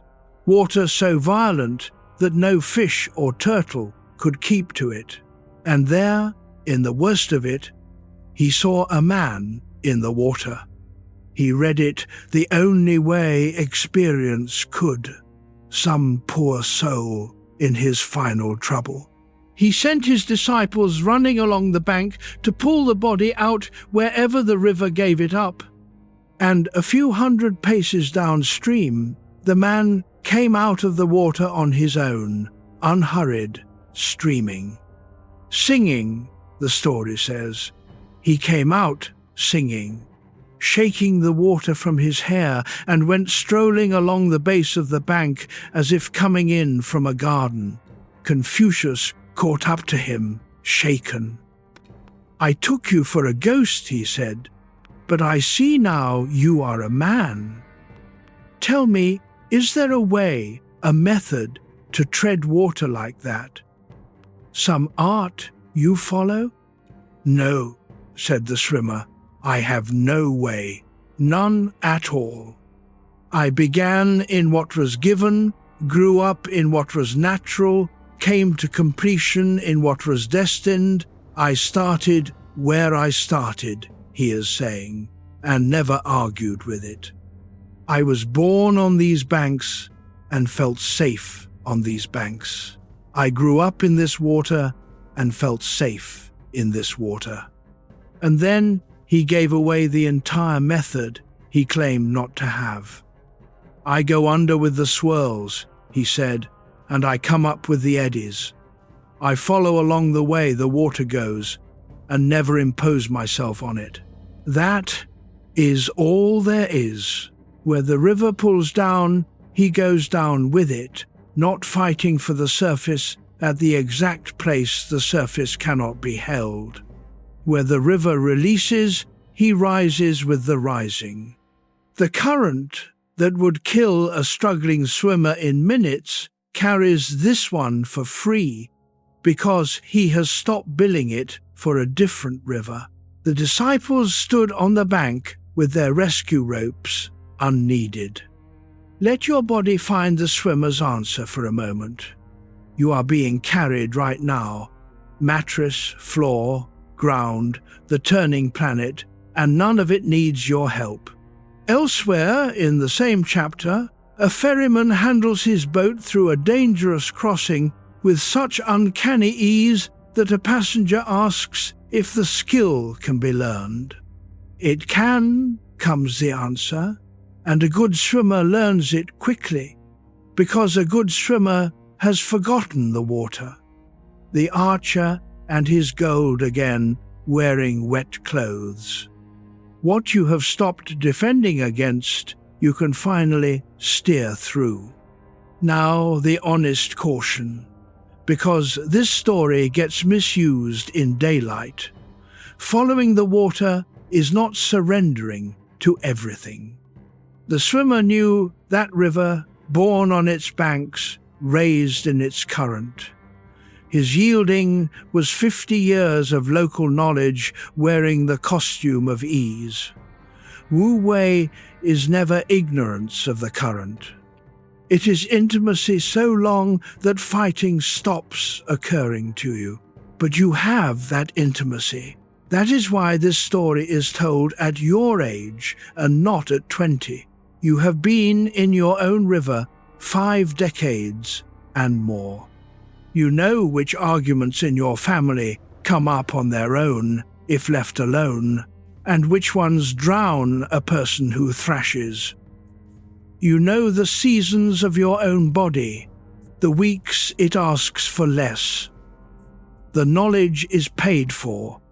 The only question left is the swimmer's. Having learned the water, will you keep fighting it out of habit? Tonight, the answer can be no. Falling towards sleep is a pull downward you have been taught, wrongly, to treat as drowning. The mind starts to go under, thoughts loosening, images floating in sideways, and some sentry snaps it all back to the surface. Not yet did I lock the door. 3 times a night the sentry saves you from the one river you got into the bed to enter. Go under with the swirls. Come up if you come up. The eddies know their business. The water sounds are fading now. Somewhere past them, in a mountain forest, a woodworker is standing very still in front of a tree, seeing something inside it. We should stand with him. It is the most practical magic in the whole book. Chapter 18, The Bellstand in the Forest. Still in mastering life, still the followers telling, and this story they told so well that carpenters and pianists and surgeons have been passing it to their apprentices ever since. Woodworker Ching carved a bell stand, the great lacquered frame from which ceremonial bells were hung. When it was finished, all who saw it were astonished, the story says, and said it must have been made by spirits. No human hand, surely. The Marquis of Lu heard, summoned the woodworker, and asked him plainly, "What art is this?" "Your servant is a workman," said Ching. "What art could I have?" And then, like the wheelwright, like the swimmer, he handed over the art inside the denial. "There is one thing," he said. "When I am to make a bell stand, I never let it wear out my energy in advance. I fast to still my heart. Not a fast of food alone, a fast of the mind," and he counted out its stages like steps down a stair at night. "After fasting 3 days, I no longer hold in my thoughts any congratulation or reward. The commission, the fee, the Marquis's favour, gone. After 5 days, I no longer hold praise or blame, skill or clumsiness. The reviews are gone, even the inner ones, even the voice that says, 'Careful now, this must be good.' After 7 days, I am so still that I forget I have 4 limbs and a body at all." By then, he said, "the court and its ducal power have ceased to exist for me. There is no marquis, no workshop politics, no deadline, no career. All that remains is the skill gathered and every distraction dissolved. Then, and only then, I go into the mountain forest, and I look at the heavenly nature of the trees, the way each one grew when nothing was watching it. And if I find the right one, the bell stand is already in it. I see the finished thing standing in the standing tree. All I do is put my hand to the work and match what is in me to what is in the wood. That is why they say spirits made it. Heaven joining heaven, the old text says. The nature in the maker meeting the nature in the material, with nothing clenched in between. If there is no tree that shows it, he added, I do not carve. Let that last line breathe. He does not force a bellstand from an unwilling trunk to hit the Marquis's schedule. Some days the forest says no, and the master's mastery includes going home. Notice your breath again, briefly. It has slowed by itself since the falls.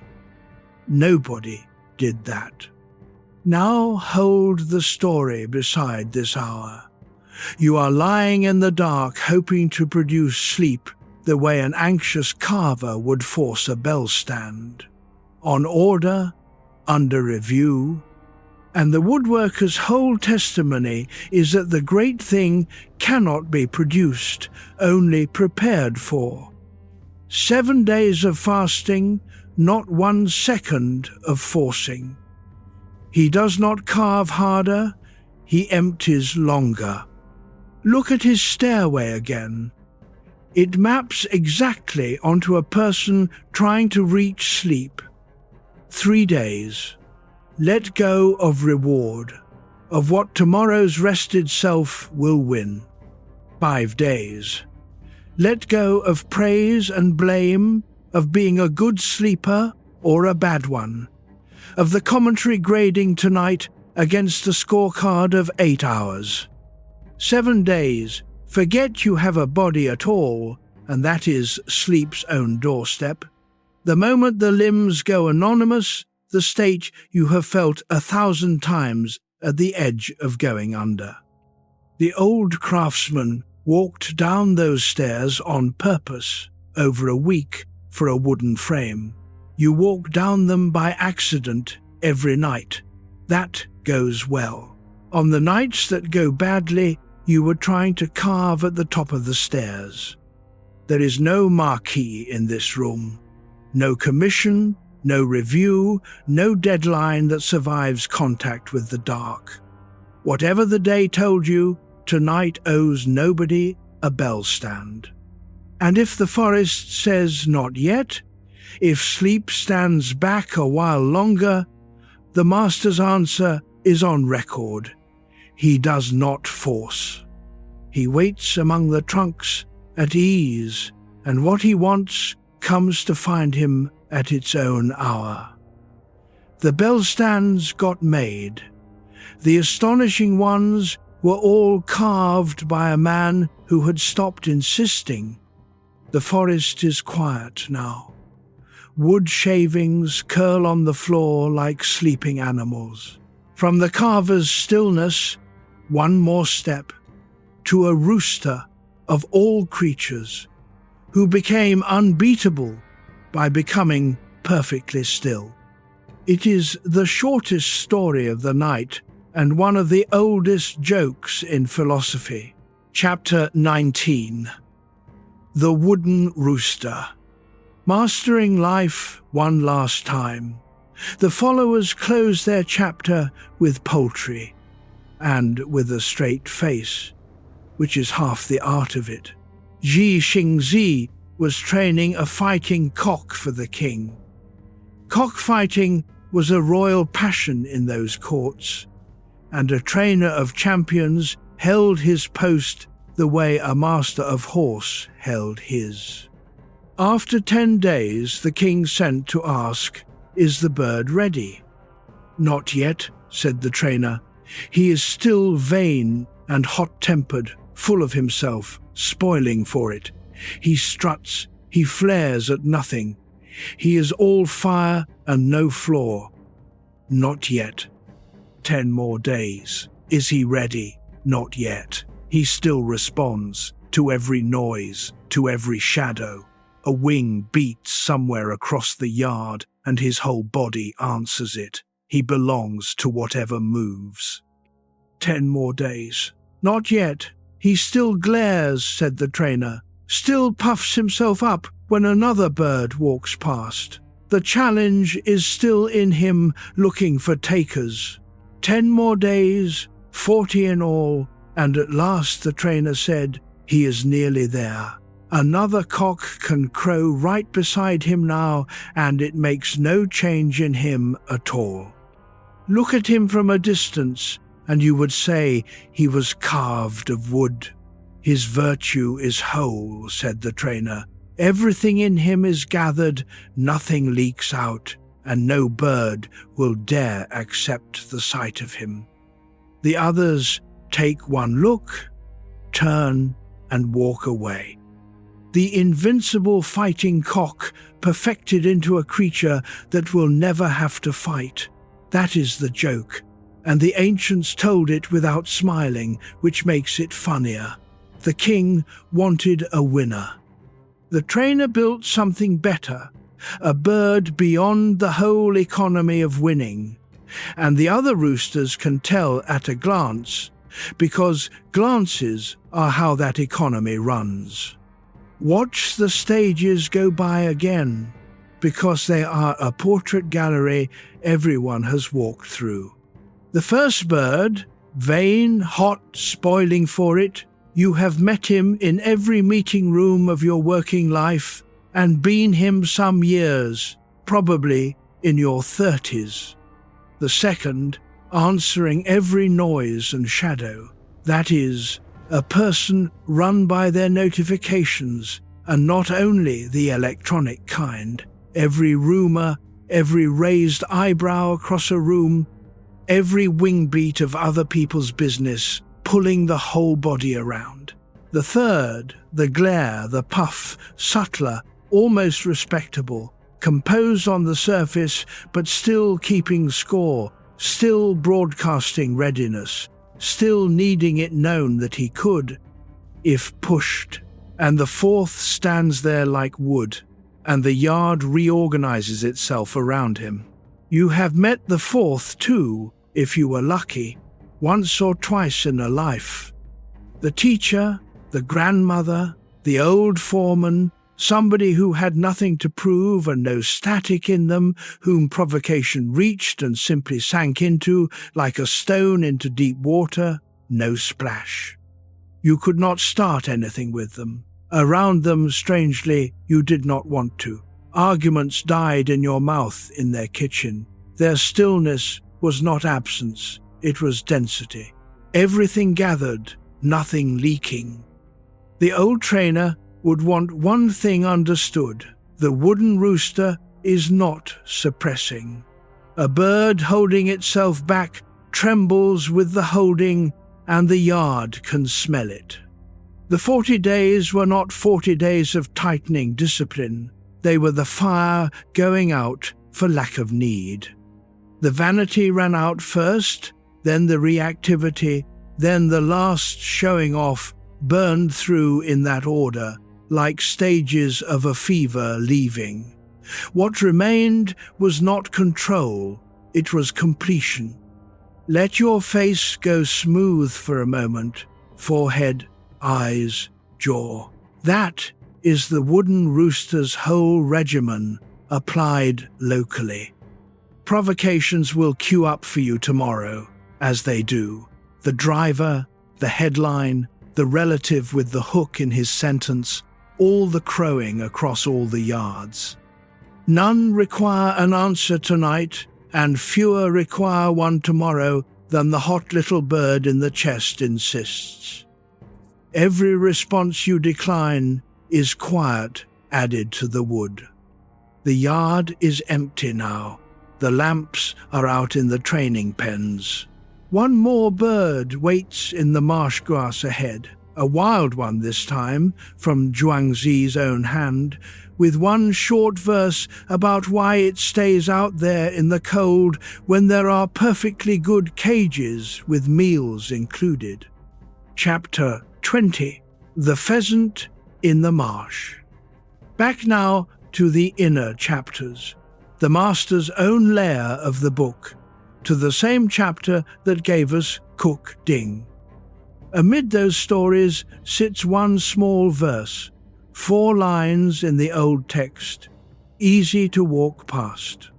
The ones who memorize it tend to be the ones it caught at the right hour of their lives. Here it is, slowly. The pheasant of the marshes must take 10 steps to find 1 peck of food. It must take 100 steps to find 1 drink of water. And yet, it does not ask to be kept in a cage.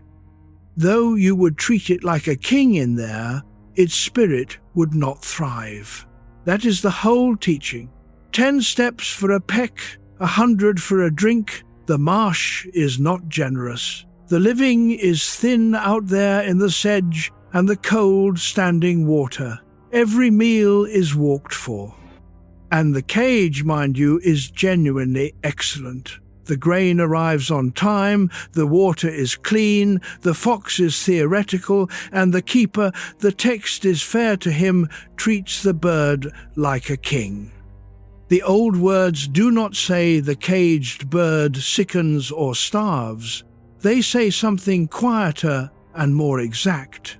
Fed like a king, its spirit does not thrive. The word underneath is the one the Taoists used for life force itself. Kept splendidly, something in the bird goes dim, and the pheasant, given the choice, chooses the 100 steps. Zhuangzi placed this verse in his chapter on caring for life, right beside the cook and his knife. The placement is the commentary.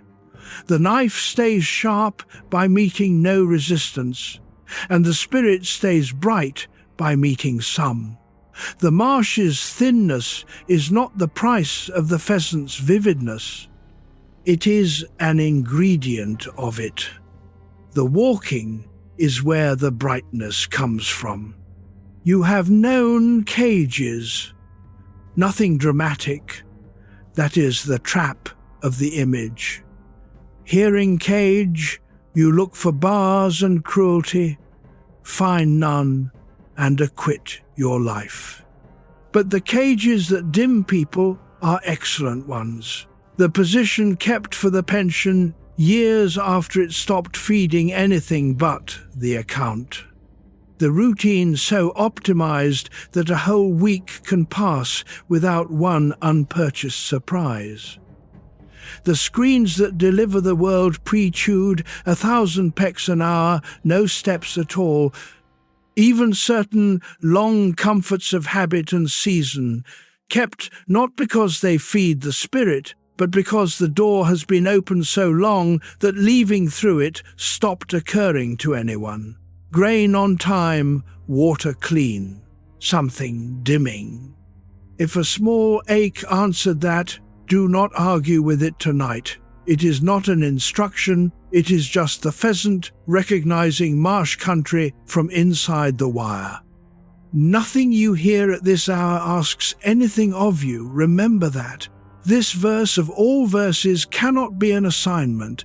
A commanded wildness is just a larger cage. What the pheasant offers is not a plan, but a diagnosis. The kind that comes as relief.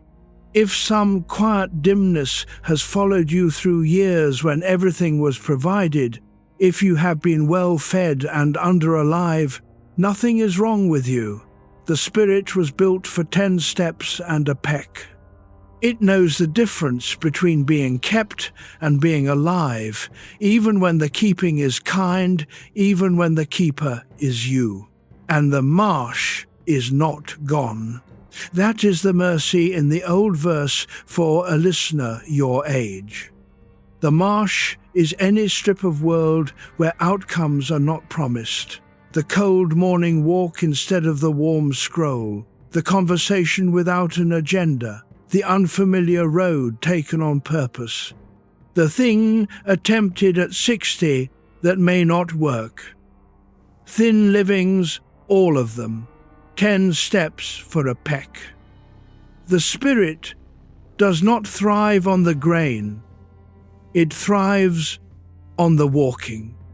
Let your legs rest heavy now. They have walked their steps today. The count is closed. Tomorrow can hold one wild strip of marsh or not.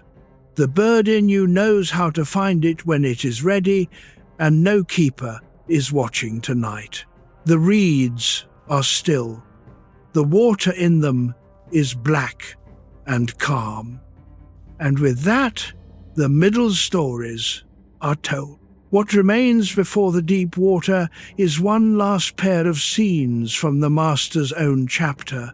A handful of monkeys at breakfast, and then the wind itself playing the whole world like a flute. After those, the night begins its long descent, and the promises come due. 3 a.m, the first one is called At This Hour. That should sound familiar. Chapter 21, 3 a.m. This one is from the second of the inner chapters, the Master's Own Hand. The chapter with the impossible title scholars render as The Discussion on Making All Things Equal. It is the deepest chapter in the book, and Zhuangzi, being Zhuangzi, put a monkey joke in the middle of it. There was a keeper of monkeys, and times were lean. He gathered his troop and announced the new ration: acorns, 3 a.m. and 4 at night. The monkeys were furious. All of them, the story says. Chattering, outraged, betrayed, 3 a.m. was an insult, an outrage, not to be borne. Very well, said the keeper. 4 a.m. then, and 3 at night. And the monkeys were delighted, all of them. 7 acorns either way. Nothing in the day's total changed, the story is careful to say so, and yet fury turned to joy in the space of one sentence. Zhuangzi does not mock the monkeys, or not only. His conclusion is about the keeper. The wise man, he says, harmonizes with both right and wrong and rests in heaven, the equalizer. This is called walking 2 roads. The keeper did not lecture the troop on arithmetic. He did not stand on being correct, though he was. He gave the 7 acorns the shape the monkeys could receive, and the whole yard settled, and nothing true was betrayed. 2 roads walked at once, the road where totals are what matter, and the road where mornings are. The keeper lived on the first without making the monkeys move off the second. Before anything else, be honest about which side of the story you are on. We are the monkeys. All of us, no exceptions worth claiming. The same 7 acorns, rearranged, and we riot or rejoice. The same salary, insulting or generous depending on what the fellow down the hall gets. The same diagnosis, worse on Friday afternoon than it was going to be on Monday morning. The same remark from the same relative. Forgivable at lunch, unforgivable at midnight. We do not respond to totals. We respond to arrangements, and the mind is the keeper who decides hour by hour how the acorns will be presented to the troop inside. Feel the truth of that at this exact hour, because night is its laboratory. A worry weighed at 3 in the afternoon is 1 acorn among a busy day's 7, annoying, handled, shelved. The identical worry at 3 in the morning arrives alone, first thing, the whole ration at once, and the troop riots. Nothing about the worry changed, only its hour of delivery. Whatever you are carrying tonight will weigh differently at breakfast. It always does. And knowing that does not move the worry, but it can loosen your grip on tonight's weighing of it. The 3 in the morning count is not the true count. There is no true count. That is the joke and the mercy in it. If your mind has wandered off, counting its own acorns, that is fine. Let the count close. The keeper has one more gift for you, a daylight one, worth pocketing for tomorrow. With the actual monkeys in your life, the anxious colleague, the rigid brother, the friend who must have things a certain way, you can stop winning arithmetic arguments. 4 at night people will not be reasoned into 3. Give the acorns the shape the troop can take when the total is not betrayed, and call it what Zhuangzi called it. Not surrender, not manipulation, walking 2 roads. Peace at the price of nothing. 7 acorns, the yard quiet, the keeper unbothered watching the evening come. And now the same chapter opens its greatest door, the passage Zhuangzi placed at its very beginning. Before the monkeys, before the butterfly. A man leans on his armrest, breathes out, and seems for a moment to be gone. His student asks what happened. The answer is the wind. Chapter 22. The Piping of Heaven. This is the opening scene of the second inner chapter, the master's own hand, and many readers vote for the most beautiful page in the book. It happens in a room at dusk, between a teacher and a student, and it is made almost entirely of listening. Nangguo Zichi of South Wall, so called for where he lived, sat leaning on his low armrest, the story says, staring up at the sky, breathing slowly, as if his self had gone somewhere and left the body sitting. His student, Yancheng Ziyu, stood watching, troubled. "What is this?" he finally asked. "How can the body really be made to sit like dried wood and the mind like cooled ash? The man leaning on this armrest now is not the man who leaned on it before." "You have asked a good question," said Ziki. "Just now I lost me. Do you understand that?" And then, seeing that no one could, "You have heard the piping of men, but not yet the piping of earth. Or you have heard the piping of earth, but not the piping of heaven. The piping of men is easy, flutes, reeds, breath pushed through hollow bamboo on purpose, music, argument, chatter, air shaped by intention.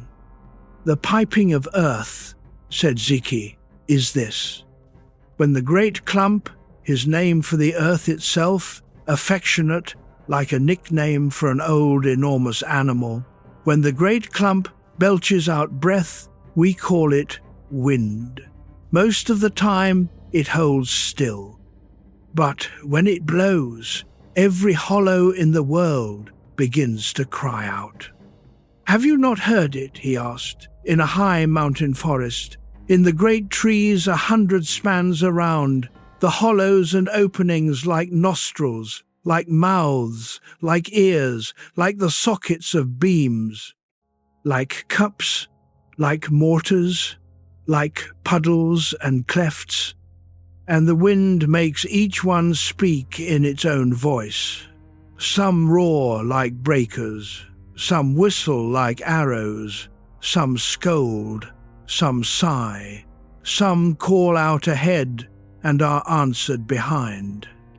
A light breeze, and the answers are small. A full gale, and the whole mountain is a choir. And then the wind passes, and every hollow is empty again, and you see the branches still swaying quietly after all that crying out." The student understood the sorting. "So, the piping of earth is the wind in the 10,000 hollows," he said. and the piping of men is bamboo. Then what is the piping of heaven? And here the master gave the answer that has kept this page alive for 23 centuries. The heavenly piping, he said, blows through the 10,000 different hollows, and each sounds its own voice, and each one says it did it alone. Each hollow believes its cry is its own. But who is the one who does the blowing? The question is not answered. It hangs there at the head of the deepest chapter on purpose, a door left open rather than a doctrine walked through. Listen to your own house for a moment. The furnace's low note, the far traffic, the small tick of something cooling. Every house is a field of hollows, sounding. Sit with the image without forcing it to conclude. Every voice in the world, Ziki is saying, every opinion, every complaint, his included, yours included, is a hollow sounding the note its shape gives as one wind passes through. The scold scolds because it is shaped for scolding. The sigh sighs. None is wrong about its own sound. Each is wrong only in believing it authored the breath. And when the wind rests, the argument of the 10,000 voices stops, and the forest sways quietly, no voice missing the noise. That was what the student saw in his teacher at dusk. A hollow gone quiet, while the body still swayed. I lost me. Not I was destroyed, but the sound my shape insists on making stopped for a while, and what remained was the listening. You do not need to lose yourself tonight, but notice gently that the voice in your head, narrating this very hour, worrying in your particular key, is one hollow's note, not the wind. Towards sleep each night, that note thins, wavers, and rests. Nothing is lost. The branches keep swaying, and the quiet is not an ending, but a listening. Breathe out, and let the note soften towards silence. The wind that made it is not going anywhere. We have reached the turning of the night. The stories are banked like coals now, and it is time to pay the debts. The cook's secret confirmed in a modern clinic, then a tub, a song, and at last the butterfly. The descent begins here, and it begins of all places with a man in Scotland asking why tired people cannot sleep. Chapter 23. Trying to sleep. Here is the first promise kept, the question planted back in Huixi's chapter in the image of the fist. Where does trying itself defeat the try? You have guessed the answer by now. It is this bed. What you may not know is that in our own lifetime, the guess was tested, measured, and confirmed by a scientist who arrived with clipboards and clinics exactly where a cook with a knife stood 23 centuries ago. His name is Colin Espy. A Scot, he spent decades at the University of Glasgow before becoming Professor of Sleep Medicine at Oxford, one of the most careful students of insomnia alive. And the puzzle that organised his work is one you may know from inside. Why do some tired people stop being able to sleep when nothing is medically wrong with them? The tiredness is real. The bed is comfortable. The need is enormous. And night after night, the door will not open. In 2006, with colleagues, Espy published the account that made his name The attention-intention-effort pathway, it is called, and behind that dry title sits a story Zhuangzi would have recognized at once. It goes like this. Normal sleep, and this is the foundation stone, is involuntary. It is not a performance and never was. Like digestion, like the beating of your heart, it is run by systems below the will, and the will was never issued a key. Ask a good sleeper their method and watch them shrug.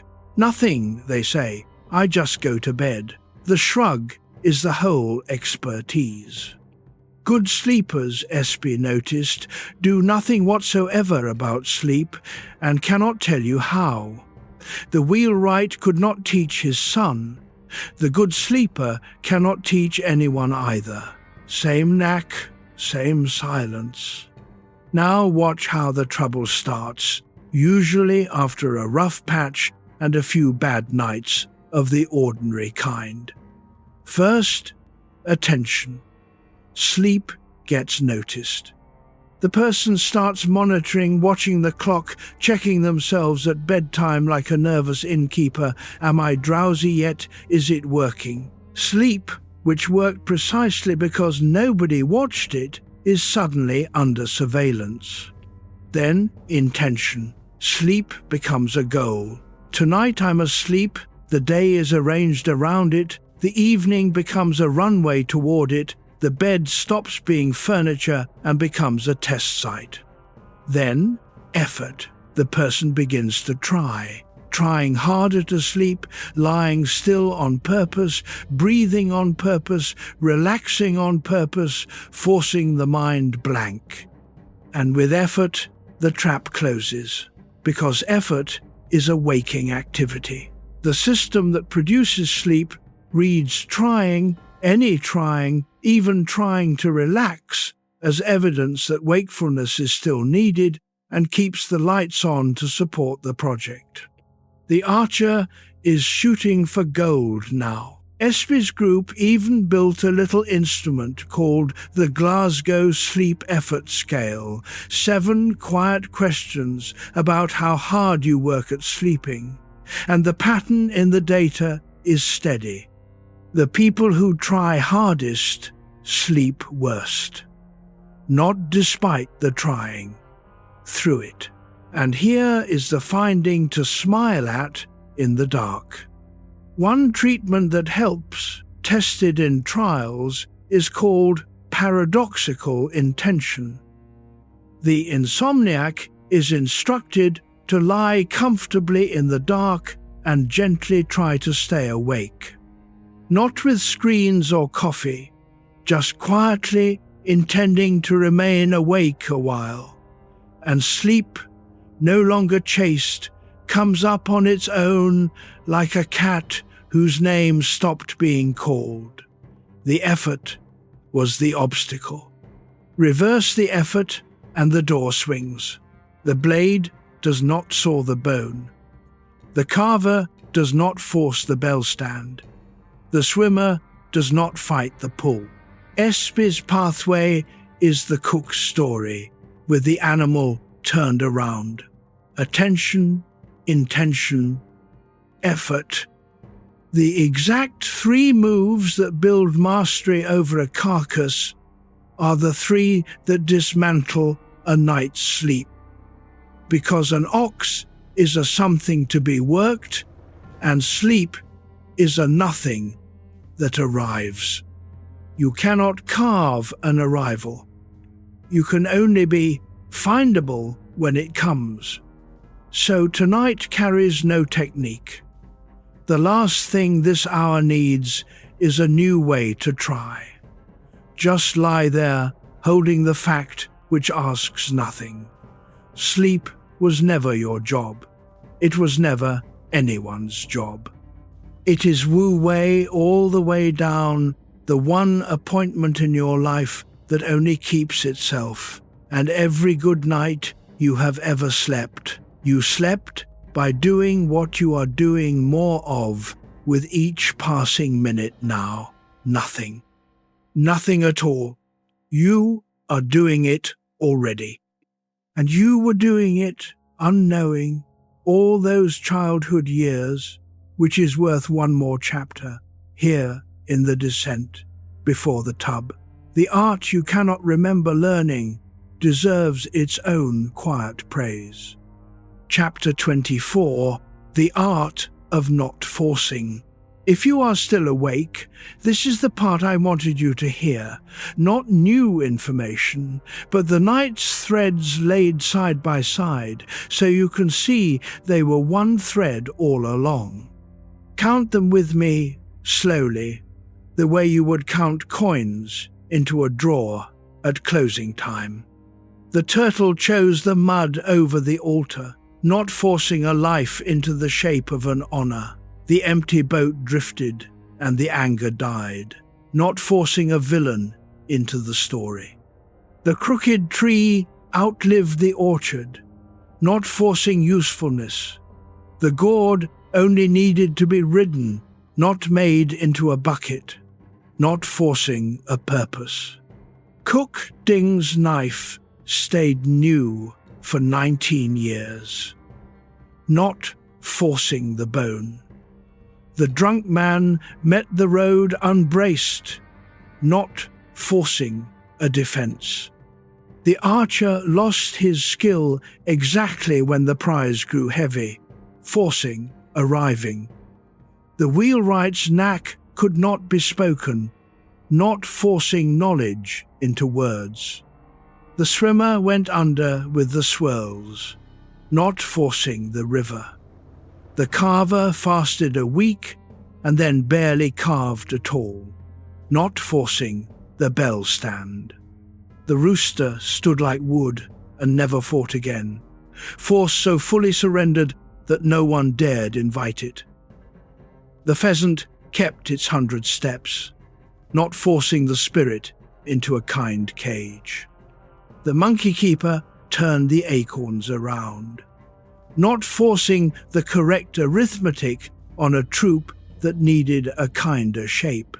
And the wind moved through the 10,000 hollows, and each sounded its own note, and none of them was blowing. One thread. The book has been saying a single word all night, in 14 costumes. The Taoists knew a counter-image too, and it is worth one breath. Zhuangzi mentions the praying mantis, the little warrior that plants itself in the road and waves its arms at an oncoming chariot wheel, splendid with rage, certain of its arms. He grants it full marks for spirit. The wheel, he notes, does not slow. Much of what we call effort at this hour of life, the replayed argument, the managed reputation, the white-knuckled vigil over outcomes we do not steer, is mantis work.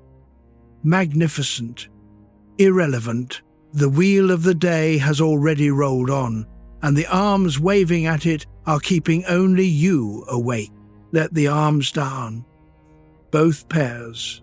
Now the practical word, since this is the chapter of the night built for it, not forcing, in a bed, is wonderfully literal. You do not have to hold yourself on a mattress. It holds you, and yet feel how much subtle holding you are still doing, as if the bed might drop you between two breaths. So, without a technique, without a count, simply resign from a few jobs. The jaw's job of readiness, closed. The shoulder's job of bracing, closed for the night. The hand's job of gripping, nothing on the docket till morning. The mind's job of watchman, the doors are locked and were locked an hour ago, and the watchman may sit down. You are not going towards sleep. That was always the error in the phrasing. Sleep is not a place at the end of an effort. It is what is left when the efforts stop being staffed. Every job you resign from is a lamp going out in a big house, one window after another, and no one climbs to sleep. The house simply goes dark enough at last for night to consider it finished. Feel the weight of your body where it rests. All of it received, nothing sent back. The stories that remain are the deep ones, the fasting of the heart, the sitting and forgetting, the skull, and then the tub, whose hour is nearly here.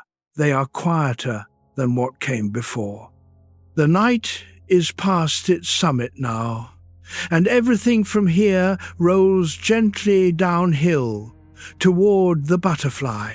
No more forcing anywhere on the schedule. Come down the hill slowly. Chapter 25. The Fasting of the Heart.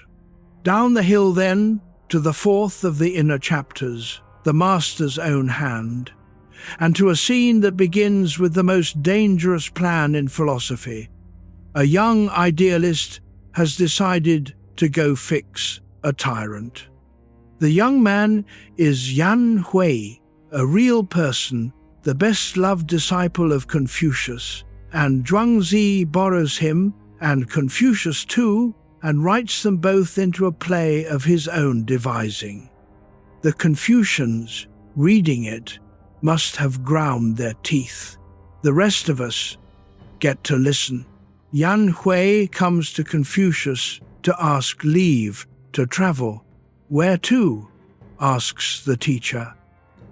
To Wei, says Yan Hui. He has heard about the young ruler there, headstrong, careless with his power, careless with his people, and surrounded by men who dare not say so.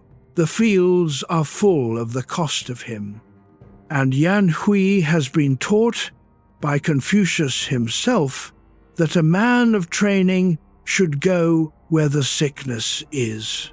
He wants to take everything he has learned and set that ruler straight. And Confucius, Zhuangzi's Confucius, says, "If you go, you will be hurt and you will fix nothing. Look first at yourself," the teacher says, "at what is carrying this plan. You are stuffed to the eyes with doctrine and virtue, and you have never tested either against a man who can have you killed before lunch. Stand before a tyrant wearing your goodness where he can see it, and the goodness itself becomes the provocation, a mirror held up to shame him, and men like him do not thank the mirror. You will be fenced with and worn down, the teacher predicts, until you are defending your survival with the very face you brought to save him. Fire added to fire. Yan Hui does not quit. He offers his methods, inwardly upright, outwardly bending, or keeping his own mind, but quoting only the ancients. So the criticism arrives in respectable clothes. The teacher waves them away like flies. Too many methods. You are still full of plans, full of Yan Hui. Go fast, first. I am a poor man, says Yan Hui, honestly puzzled. I have not touched wine or meat in months. Is that not fasting? That is the fasting you do for a sacrifice, says Confucius. I mean the fasting of the heart. And then, in 4 lines, the center of the whole inner chapters. Make your will one, the teacher says. Do not listen with your ears, listen with your mind. Then stop listening with your mind and listen with the breath, with the qi, the life breath, which he describes as an emptiness, a waiting. The ear stops at sounds, he says. The mind stops at what fits it. It hears only what it already has a slot for. But the breath is empty and can receive anything. And the way, he says, gathers in emptiness alone. Emptiness is the fasting of the heart. An empty room, he adds, and this line has been passed hand to hand for 2,000 years. An empty room is where light collects. Cut a window in a dark chamber and the light fills the empty space, not the furniture. Let the room of your chest empty a little on the next slow breath out. Nothing needs to be in there tonight. What happened to the mission to weigh? The chapter lets it dissolve. A Yanhui emptied of Yanhui, of the hero of the rescue and the collector of the credit, might walk safely through a tyrant's court, hearing what is there instead of what fits his slots. Or he might not go at all. Either way, the order of operations stands, and it reverses every instinct. Empty first, enter second. You have your own whys on the calendar, the hard conversation drafted for weeks, the visit with the old landmine in the lawn. You have prepared the way Yanhui prepared by getting fuller. The old counsel is one line long. Arrive empty instead, not unprepared, emptied. And the practice ground is tonight. A bed is the one room you can always enter with nothing in your hands. The room is dark and nearly empty now. Light is collecting somewhere in it anyway. Yanhui has one more scene in this book, his greatest, and it comes next. Having learned to empty a heart, he discovers how to set down a whole self, piece by piece, sitting still. His teacher's response is the gentlest surprise in ancient literature. Chapter 26, Sitting and Forgetting. This scene closes the sixth of the inner chapters, the one called The Great and Venerable Teacher. It is 4 exchanges long. Nothing in it moves except a mind. Letting go, Yanhui says, I am making progress. What do you mean? Asks Confucius. I have forgotten benevolence and righteousness, says Yanhui. The 2 crown jewels of Confucian teaching, the virtues his real-life original spent his short life polishing. I have let them go. Not bad, says the teacher, but you have not gone far enough. Another day, another visit. I am making progress, says Yanhui. I have forgotten rites and music, the whole apparatus, the ceremonies, the proper forms. Everything a gentleman trains his body to perform. Gone.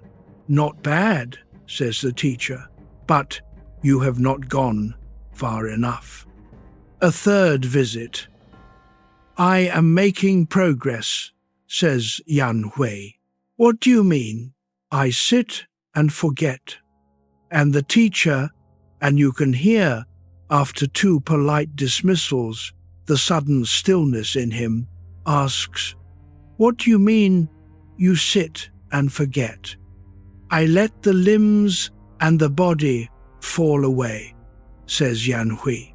I dismiss hearing and seeing. I part from the self that knows things, and I merge with the great open road, with the way through everything. That is what I mean by sitting and forgetting.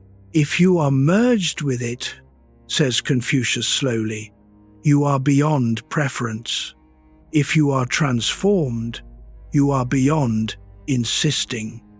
And then the ending that no reader of the old world saw coming, teacher to student, master to disciple, the whole hierarchy of that civilization bowing in one sentence, so you really are the better man. Permit me to follow behind you. The old text leaves it there. the greatest teacher in China asking his pupil to lead and meaning it. Let that reversal rest in the room a moment. It was written to be astonishing, and 23 centuries have not worn it smooth. Notice the order in which Yan Hui set things down, because the order is the map. First, the highest virtues, the identity of being good. Then, the forms and performances, the identity of being proper. And last, the hardest layer, the one under all the others. The body's borders and the knower himself, the busy self that stands apart from the world, holding opinions about it. Coat, then shoes, then the person of the day, hung up in that order, which is near enough the order in which every human being undresses for sleep. You did the outer layers an hour ago. The last layer is coming off by itself, minute by minute, as you listen. Because here is what this old scene knows about the hour you are in. Sitting and forgetting is not an exotic achievement. It is the nightly path walked by every sleeper since sleepers began. The limbs fall away first. You have felt it 1,000 times. The arms going anonymous, the legs losing their addresses. Hearing and seeing get dismissed. The house sounds retreating, the dark going soft. And then, at some unmarked moment no one has ever caught, the knower closes its office. And what remains is merged with the road it came from, restored, the old text would say, to the great thoroughfare which asks for no papers. You have practiced Yan Hui's masterpiece every night of your life. Tonight, you simply get to know its name. Nothing to insist on. Nothing to prefer. If your mind is still holding one small thing, and there is usually one small thing clutched like a ticket, notice that the gate you are drifting toward has no ticket taker and never did. Limbs first, then the listening, the self last, and gently. The teacher is following behind you now. One small question remains on the floor of this chapter, though. If the self can be set down at night and picked up at dawn, what exactly is it? Zhuangzi has an answer, or rather a shrug so graceful it has lasted longer than answers. It involves a shadow, and the shadow's shadow talking quietly at the edge of the light. Chapter 27. The Shadow's Shadow. Back in the second inner chapter, the deep one, just a page before the butterfly, Zhuangzi stages the smallest dialogue in world literature. Its speakers are the penumbra and the shadow, the faint half-shade that rims a shadow's edge, and the shadow itself. The little one speaks first. A moment ago you were walking, says the penumbra, and now you have stopped. A moment ago you were sitting, and now you stand. Why can't you make up your mind and hold still? And the shadow answers, wearily, you may imagine, as one answers a younger sibling. Do I depend on something else to be as I am? And does what I depend on something else in turn? Am I like the scales on a snake's belly, or the wings of a cicada, things that ride what carries them? How would I know why I do what I do? How would I know why I don't? That is the whole scene. The shadow does not know why it walks. The body it hangs from decides. And the body The shadow's gentle, unsettling question suggests hangs from its own causes in turn, its moods, its history, its aches, its hour. Dependence stacked on dependence, all the way out into the dark, and no floor anywhere that stands on nothing. Zhuangzi loved this thought and kept it nearby.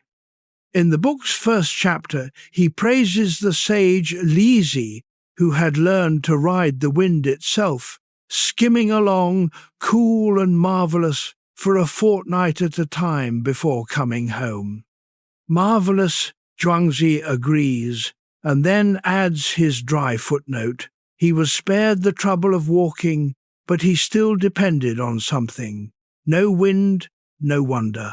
Even the man who flies is a passenger. Now, a thought like this can be taken two ways, and the difference between them is the difference between a bad night and a good one. Taken anxiously, it is vertigo. Nothing stands alone, so nothing is solid, so panic. The daytime self hates being told it is a shadow of its causes. It has an office and a title and opinions it signed. But taken at this hour, lying down, lights off, the same thought turns entirely into comfort. Consider what you actually are tonight. A person held up by a mattress, which is held by a frame, which is held by a floor, by beams, by a foundation, by the patient ground. Warmed by a furnace you did not build, fed by fields you have never seen, kept alive minute to minute by a heartbeat you do not operate, and a breath that runs itself, whether you attend it or not. You could not stand alone for 1 second, and you have never once had to. The whole tower of dependence has held you every night of your life, without a single application form. Independence was the day's costume. It was useful, it always is, but no one sleeps in it. Feel the bed doing its share, then the floor doing its share under the bed. You can go several stories down like that, handing off the weight, and the weight is welcome at every floor. The shadow's final shrug, "How would I know why I do what I do?" is not despair. Read it again in the dark and hear its ease. It is off-duty. The knowing was never its department, and it has stopped filing reports on itself. The walking happens, the stopping happens, the shadow keeps company with its body the way your thoughts right now are keeping easy company with your breathing, neither one steering the other, both carried by the same slow current toward the same soft place. Snake scales, cicada wings, shadows, sleepers, carried things, all, and the carrying has never failed yet. 2 stories remain before the tub, and they are the deep pair, the book's 2 visits to the biggest subject there is, made with Zhuangzi's strange lightness. The first happens on a road to Chu, where something pale is lying in the roadside grass, and the philosopher, being who he was, stops for a conversation. Do not brace. This is the gentlest ghost story ever told. Chapter 28. The Skull by the Road. This story comes from the Perfect Happiness chapter in the later layers. The followers again telling their master into scenes he might not have lived but could have written. It is a ghost story with no fright in it, and it was placed by whoever arranged these things in the same chapter as the tub. The 2 belong together, and we will take them in order, calmly. Zhuangzi was traveling to Chu when he saw, in the grass beside the road, an old skull, dry, weathered, long past its griefs. Another traveller would have looked away.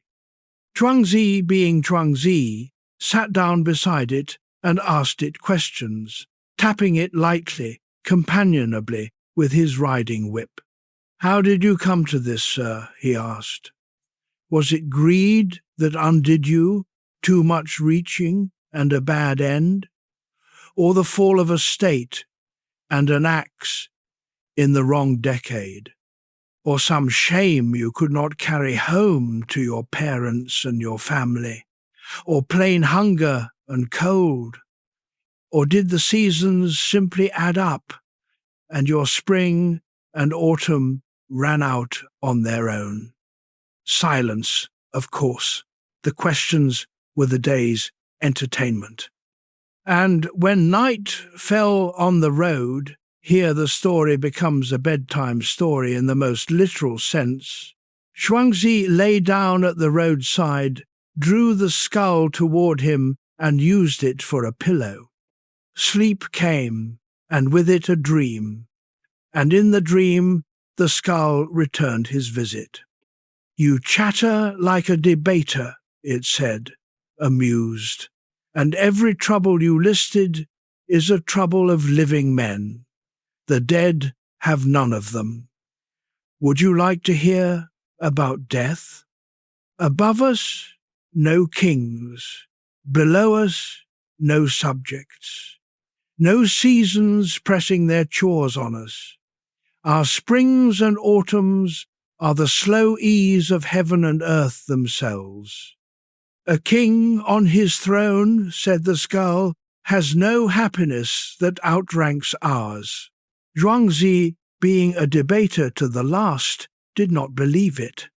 "Suppose," he said, "I had the manager of fates restore you, bones, flesh, skin, all of it, and hand you back your parents and your wife and your neighbours and your old lane with its gossip. Would you want that?"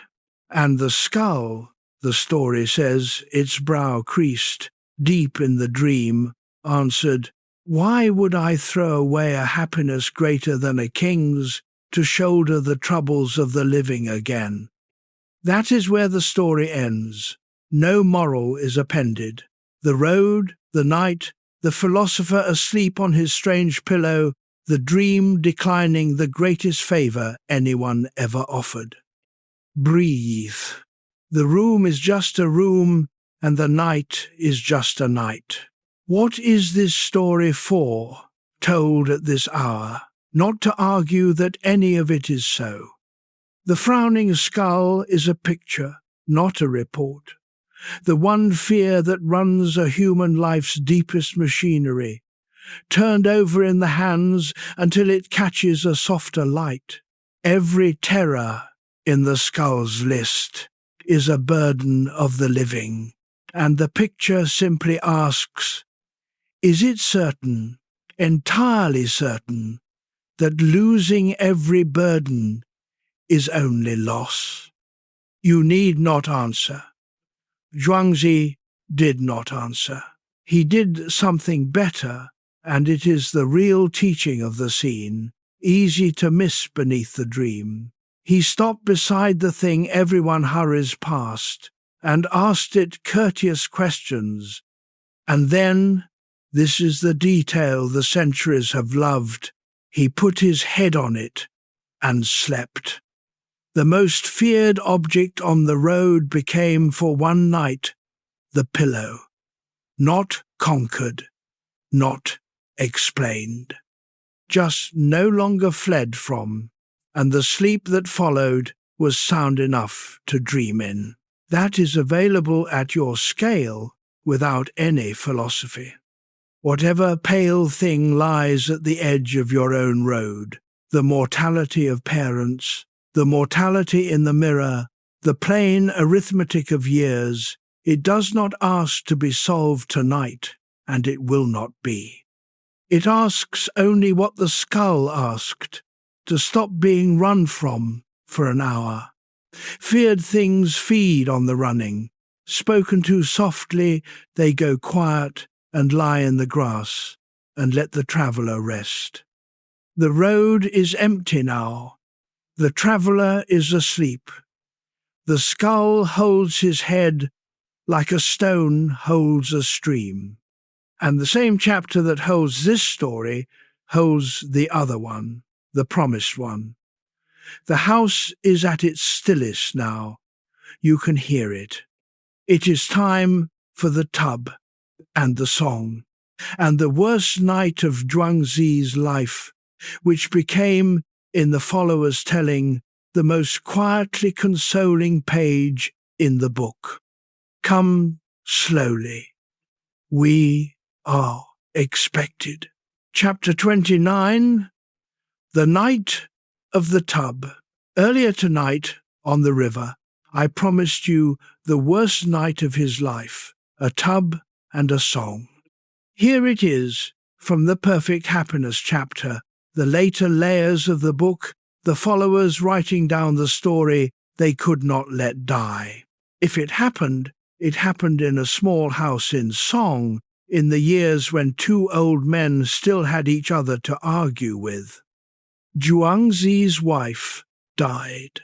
The book gives her no name. The centuries rarely did, but through Huixi's mouth it gives her a life. She had lived with Zhuangzi, raised his children, grown old beside him through the patched sandal years, the borrowed grain years, the mud chosen, we may as well say plainly, by both of them. Huixi came to mourn. Some arguments you set aside, and a minister knows the forms. He arrived, with his condolences prepared, and found Zhuangzi sitting on the floor, legs sprawled, drumming on an overturned tub and singing. Huixi stood in the doorway with his grief etiquette in his hands, and, for once in the friendship, he was not clever. He was simply, decently appalled. This woman lived with you, he said. She raised your children. She grew old with you. That you should not weep at her death, that would already be enough. But drumming on a tub and singing, "Is this not too much?" And Zhuangzi stopped and gave his friend the answer. The whole book had been preparing him to give. You are wrong, he said, about the beginning. When she first died, do you think I, of all men, did not grieve like anyone else? The old words are plain there and worth holding. He grieved first. The philosopher of Flowing Along sat in that house and grieved like any husband, and the followers who loved him wrote it down so that no one would ever mistake the song for a shortcut. But then he said, I look back to her beginning, back before she was born. Not just before her birth, back before she had a body. Not just before her body, back before she had a breath. There, in that mingled dimness before anything, something turned, and there was breath. The breath turned, and there was a body. The body turned, and there was life. And there she was, and the years happened. And now it has turned once more, and there is death. One more turning in a series she has already survived several times. It is like the 4 seasons, he said. Spring becoming summer, autumn becoming winter. She lies down now in the largest room there is. The old text says it exactly that way. She is asleep in the great chamber, the space between heaven and earth, the one room no one is ever put out of. If I followed her sobbing and howling, he said, if I stood over that bed wailing at a sleeper for sleeping, it would mean I understood nothing about how any of this works, nothing about what she is now part of. So I stopped. And, having stopped, he kept her company the way the living keep company, with rhythm and a voice, in a small, poor house where the only drum was a tub. Look at the scene once more, without the shock. It is not the absence of love. It is love, continuing in the only direction left open. The tub is quiet now. Let the house hold still around it. Be careful with this story, the followers were. It is not an instruction. Nobody is told to sing at a deathbed. The story itself testifies that Zhuangzi could not have sung on the first day. Grief came first, whole and ordinary. The song was what grief opened into after. Anyone who has mourned long enough knows that border, the day the loss stops being only an amputation and begins to be, also, strangely, a membership. She is in the weather now, in the seasons, in the great chamber which you also live in, which means nothing between you is far, whatever you have lost, and by this hour of life the list is real. This story does not ask you to sing. It only leaves the door open on a man who found, on the far side of the worst night, that the love outlasted the weeping. The weeping is not the whole of what remains. There is a farther room. Spring, summer, autumn, winter. The house breathes. The tub rests against the wall. What that song was actually for him and for you at this hour, deserves a few quiet minutes of its own before we go on. The night is deep now. This is the part it was deep for. Chapter 30. What the song was for. If you have been drifting in and out, that is fine. Stay wherever you are. Nothing here needs your full attention. This chapter is not a story. It is the quiet after one, the part where we sit in the dark with what the tub left behind. Because here is the truth about the hour you are lying in. This is when grief keeps its appointments. Not at the funeral where there are hands to shake and casseroles to manage. Not in the busy years after, when the mind has learned the detours. Here, the house still, the lights off, the day's noise gone, and the empty chair pulls itself up to the bed. The parent gone 10 years, whose voice you heard today in your own sentence. The friend who thinned away out of the address book. The marriage, perhaps, or the version of it that existed before the hospital years. The self you were, that one counts too. Grief does not check credentials. The body that could, the future that was going to. Every one of them a boat on the night river. And these boats are not empty. That was never the claim. The empty boats were the collisions, the slights, the imagined enemies. These are the freighted ones, and they carry what they carry. Zhuangzi's story from the last chapter does not ask you to drum them away. Remember the order of that night. The grief came first. Whole and no philosophy jumped the queue. If tonight is a grieving night for you, then that is what tonight is, and this voice will keep you company through it without one word of correction. The seasons do not hurry each other, but the story leaves something on the table for the other nights, most nights, and you may pick it up or not. It is this. What Zhuangzi saw, looking back past his wife's birth into the mingled dimness before her, was that she had always been part of something turning, that the years he held her were one season of a thing whose other seasons were not defeats.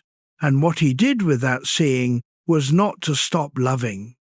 It was to stop demanding that the love hold only the one shape, the weeping shape, the shape that stands over a sleeper insisting.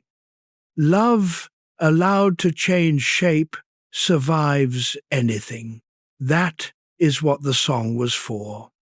It was love in its winter shape, rhythm instead of conversation, presence instead of touch, a voice in the house so the house would not be silent on her first night in the bigger room. You have your own winter shapes already. You found them without being taught. The recipe you still make the way she made it. The team you still follow because he followed it. The tree planted, the middle name passed down, the habit of checking the sky at dusk that you caught from a man dead 20 years and never once dropped. Every one of these is a tub, drummed softly. Nobody calls it philosophy. It is philosophy.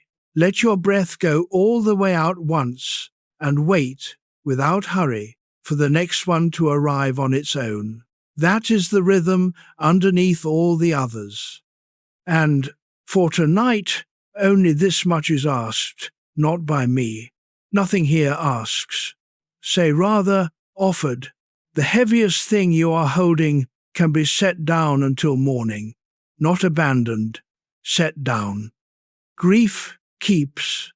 It is the most faithful thing there is. It will be exactly where you left it, and it does not count the hours you sleep as desertion. The dead, whatever else is true of them, are not waiting up to see whether you suffered enough tonight. She is asleep in the great chamber, the old text said. He is. They are. The whole point of that enormous, gentle image is that sleep is not a place where you leave them. It is a place where you match them. The house has gone as still as it will get. Somewhere in the walls, warmth moves along its old roots. Two figures remain in the road ahead, before the butterfly. A grave and a deathbed, the friend's, then his own. They are short and they are kind, and then the night folds up its stories and carries you the rest of the way down. Chapter 31, The Grave of a Friend. Years passed, as they do. And one day, this scene lives in the miscellaneous chapters, near the book's end.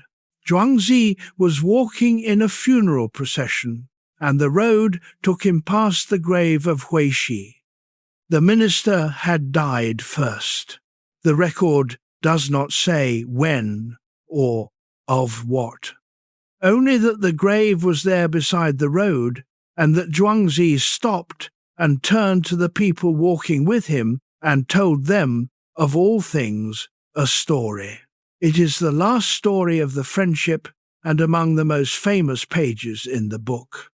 There was once a plasterer in the city of Ying, he said, who got a fleck of plaster on the tip of his nose, a smear no thicker than a fly's wing.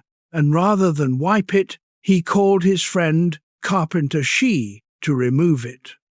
The carpenter took up his axe, set his stance, and swung, a full swing, wind in the blade, and sliced the fleck from the nose-tip clean, without breaking skin.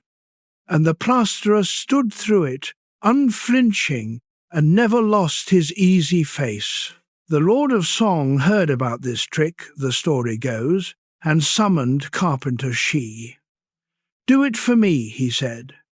And the carpenter answered, "It is true, my lord, that I could once swing that swing, but the material I worked with died long ago." And Zhuangzi turned from the story to the grave and said, "Since the master died, I too have had no material to work with. There is no one left I can really talk to." That is the whole scene. The followers who preserved it did not add a moral, and none is needed, but notice gently what the story admits. The axe trick took 2 masters. The carpenter's swing was only half of it. The other half was the plasterer's stillness, the perfect trust that stood in the wind of the blade without flinching. Neither man could do it alone. Neither man could do it with anyone else. 30 years of quarrels on bridges, of gourds and useless trees, of "you are not a fish," and at the end, at the graveside, the truth comes out plain. The opponent was the partner. Every swing of Zhuangzi's wit had landed clean, because Huishi stood still for it, unflinching, and swung back. The man who argued with everything he said was the only one who fully heard it. You do not sharpen a knife on silk, you sharpen it on stone, and thank the stone, and when the stone is gone, the knife goes quietly dull and knows it. Feel your shoulders once more. Somewhere in this chapter they crept up again. Let them down. The grave is an old one, and green. You know this scene from inside, or you will. By this stretch of life, the address book has thinned, the friend who moved away and then further away, the one the phone still lists who cannot be called now. The colleague you fought with for 20 years and would give a great deal to be interrupted by once more. The ones we polish ourselves against go first sometimes, and what is left afterward is exactly what Zhuangzi named at the roadside, without shame, in front of everyone, no one to really talk to. It is one of the honest costs of a long life, and pretending otherwise honours no one. But the scene leaves 2 gifts in the grass. The first is for the losses already sustained. Say the thing. Zhuangzi said it out loud. By the road, to whoever was walking with him, my friend is gone, and the best of my speech went with him. Grief for a friend rarely gets the ceremonies that family grief gets. Give it words anyway, even alone, even here in the dark. It settles better, named. The second gift is for the living. Somewhere in your life, possibly still reachable, is a person who stands still when you swing and swings back true, the arguer, the stone, the one who never once let you win cheap. The night river will bring their boat past in a moment. You will know it because it is not empty. Those are the ones worth steering toward, while steering is a thing you can still do. The procession has moved on down the road now. The grass closes over its own. One deathbed remains his own, and he met it exactly the way you would hope and the way you might now predict. It is the shortest goodbye in philosophy and the only one with a joke in it. Chapter 32. Heaven and Earth for a Coffin. The scene sits in the book's final stretch, in the miscellaneous chapters, where the followers gathered the last of what they could not bear to lose. Zhuangzi was dying. He was old, the guesses say past 80, which in the warring states was a feat all by itself. He had outlived his wife, his friend, and several of the kingdoms that had tried to hire him. His disciples, around the bed, began planning the funeral. They wanted to do it lavishly, a thick double coffin, fine shrouds, the full grandeur. He had refused every honour the world offered him while alive. They meant to fasten one on him the moment he could no longer wriggle out of it. He caught them at it. "I will have heaven and earth for my coffin shells," he told them. The old vault of sky above, the patient ground below. What double coffin was ever so well made? "The sun and moon will be my pair of jade discs, laid beside me the way they lay discs beside kings. The stars will be my pearls, scattered through the dark of the lid. And the 10,000 things, everything there is, everything that has kept me company all these years, will be my grave gifts, my procession, my mourners. Was any funeral ever furnished like this one? What could you possibly add to it? But Master, said the disciples, without a coffin, we are afraid the crows and the kites will eat you. And the dying man gave them the last laugh in the book. Above ground, he agreed, I will be eaten by crows and kites. Below ground, by mole crickets and ants. You propose to rob the one party to feed the other. Why play favourites? That is how the philosopher of not forcing left the world, teasing his weeping students, declining his last box, evicting himself cheerfully into the biggest room there is.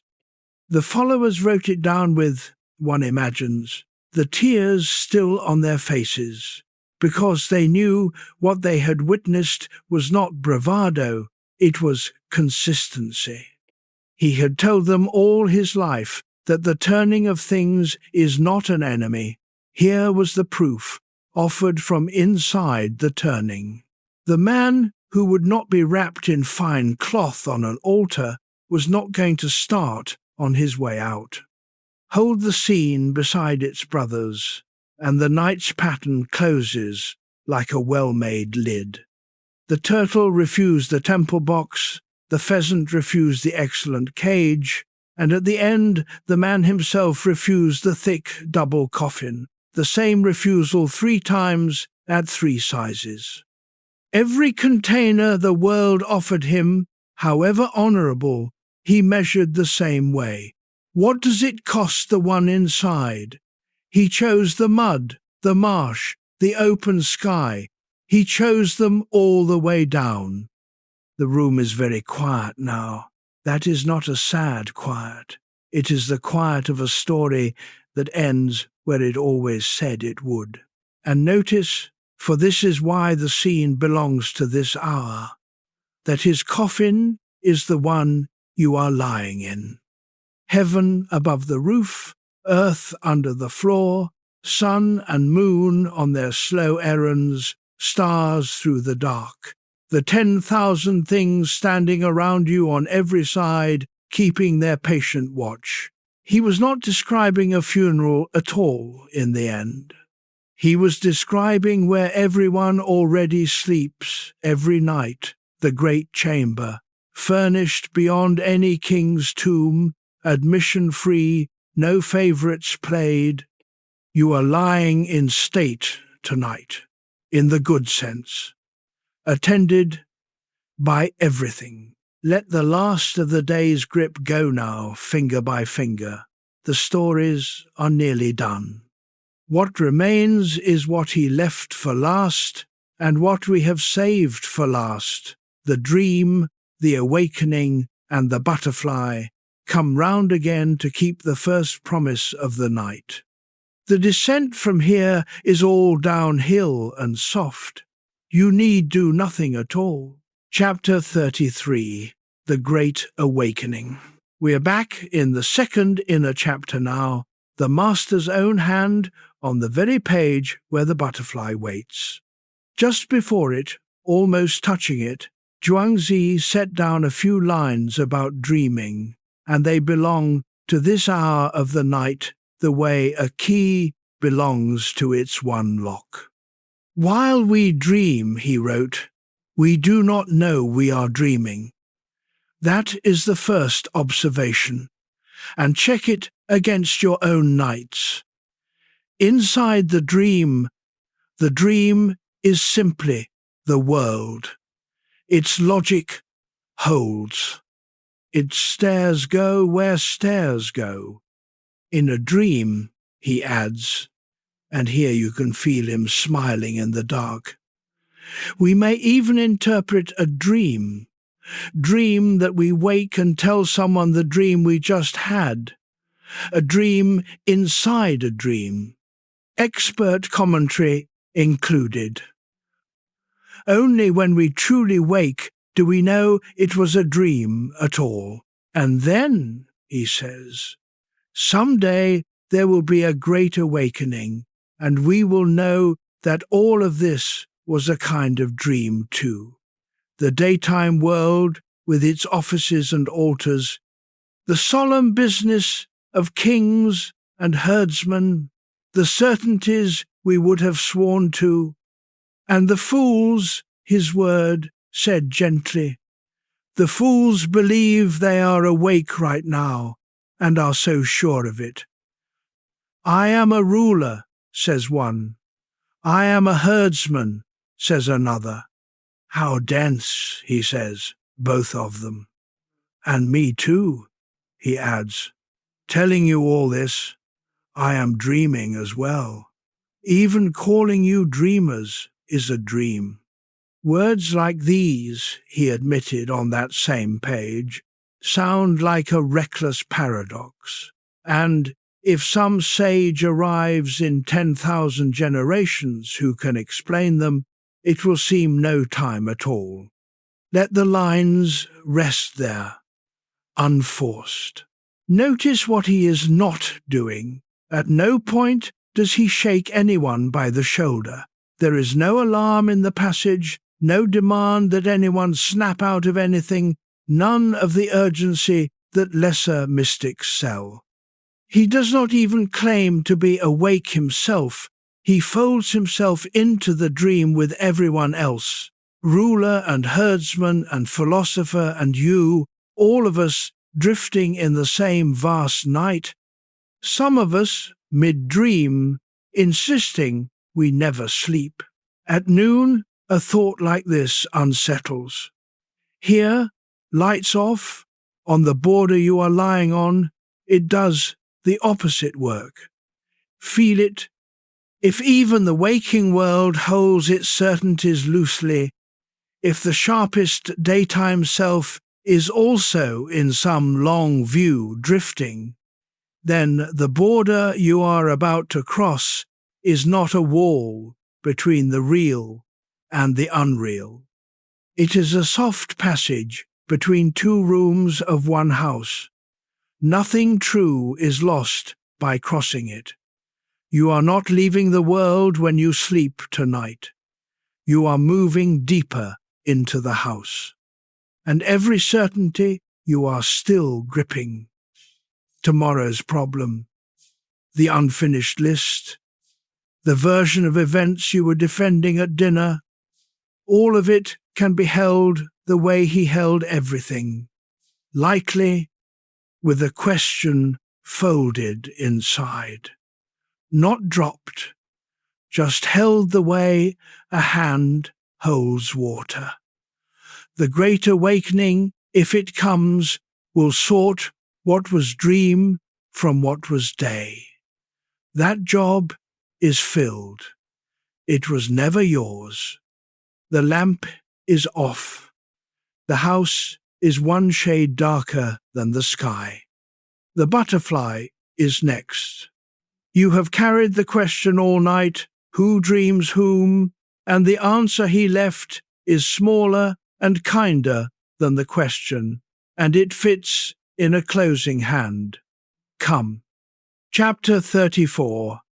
The Transformation of Things. Here it is then, the first promise of the night, kept at the bottom of the night. The last lines of the second inner chapter, in the Master's own hand. The most famous dream in the history of the world.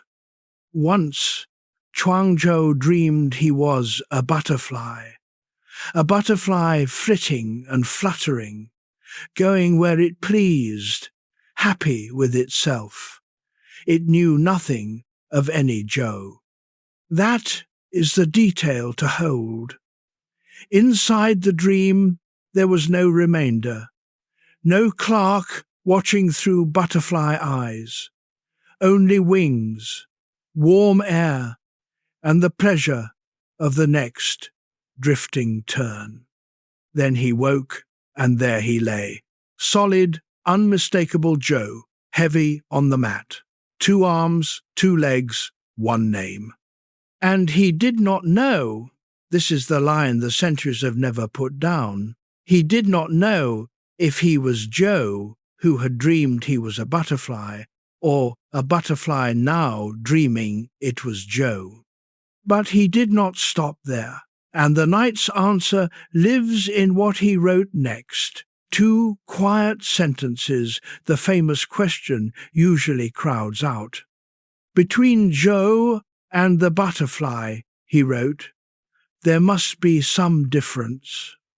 And this, the crossing between them, is called the transformation of things. Read those slowly, because they change the story's whole weather. He does not say the difference is an illusion. There must be some difference. The mat is not the meadow. The man pays taxes, and the butterfly does not. He is not dissolving the world into fog. And yet the border between the two, the border he crossed that night in song, turned out to be open, passable. Passable both ways and gently. No gate, no toll, no guard. What he found was not that nothing is real. It was that the wall he assumed ran down the middle of reality was a shoreline instead, tied in, tied out. And so the question, who is dreaming whom, simply retires. It does not get answered. It gets outgrown, the way the frog's question about whose water was better retired when the turtle described the sea. Zhu and the butterfly are the frog and the sea, the acorns at morning and the acorns at night, the breath and the body, and the turning he traced back before his wife's birth. 2 shapes of one moving thing. The transformation of things is not a puzzle to be solved. It is just the name of how the world gets from one of its mornings to the next. Here is the answer, then, promised since the first chapter, kinder than the question. It does not matter which one is dreaming. It never mattered. Whichever way it runs, you are on the inside of something that holds both shores, and both of them sleep. You have crossed that shoreline thousands of times yourself. Count nothing tonight. Just know it. Every night of your life, the solid daytime person has lain down, loosened, and become for some hours a drifting, weightless, borderless thing. And every morning, the tide has set you back on the daytime sand. 2 arms, 2 legs, 1 name, none the worse for having been, briefly, unaccountable. You are not about to attempt something strange tonight. You are about to do the oldest thing you know. The butterfly does not know it has a name. You can set yours down on the nightstand with the glasses and the watch. It will be there in the morning. Everything will. That is what the transformation of things has always meant. Not loss. Continuation, wearing its night shape. The wings are slowing now. 2 more small chapters, and both are made mostly of quiet. The stories folding themselves up, 1 line each, and then the last crossing. Nothing left to follow. Nothing left to hold. The night knows the way from here. Chapter 35. The stories fold their wings. This chapter is only a lantern walk back through the night, 1 soft look in each window as we pass. The stories are all still going on. They always are. That is the good thing about stories like these. You can leave them running, like rivers, and visit any night you want. The turtle is still in the mud of the pool, dragging its glad tail, and the altar cloth in chew is folded around nothing but honour. The empty boat is still drifting the dark river, bumping softly against whatever it meets. Captained by no one, forgiven everywhere it goes. The crooked tree still stands at the shrine, wide as a hillside, sheltering its 1,000 oxen. No axe has come, no axe is coming. The frog sits in his well, looking up at a circle of stars, thinking a little differently now about the sea. The gourd rides the river, with a laughing man holding on. Cookding's knife is wiped and hung, resting between the spaces of the world. It has all the time there is. So do you. The drunk man is home asleep in the straw, unbruised, unbraced, no opinion about the ground. The archer has swept the tiles and buckles and gold into one drawer and shoots nothing till morning, and the bow rests unstrung. The wheelwright is 70 and still cutting true, at the pace that lives between too slow and too fast, the pace your breath found an hour ago. The swimmer is under the falls at Luliang, going down with the swirls, coming up with the eddies, singing when he surfaces. The Bellstand stands in the Marquis's hall, and no one who sees it can find the seam between heaven and heaven. The Wooden Rooster stands in the moonlit yard. Nothing in the yard dares to be loud. The pheasant walks its 100 steps through the wet grass, uncaged, its spirit bright as a coal. The monkeys are asleep in their tree, 7 acorns the richer, mourning arranged in their favour. The wind has died down in the mountain forests, and the 10,000 hollows are empty and quiet, and the branches sway a little, remembering. Yan Hui sits and forgets, and his old teacher follows behind him, and neither has spoken for a long time, and it is not silence between them, it is agreement. The shadow rests where its body lies, neither knows why, neither files a report. The skull holds a sleeping traveller's head, gentle as any pillow in Chu. The tub is quiet against the wall of a small house in Song, and the great chamber has taken the singer in as well by now, and whatever they were to each other continues.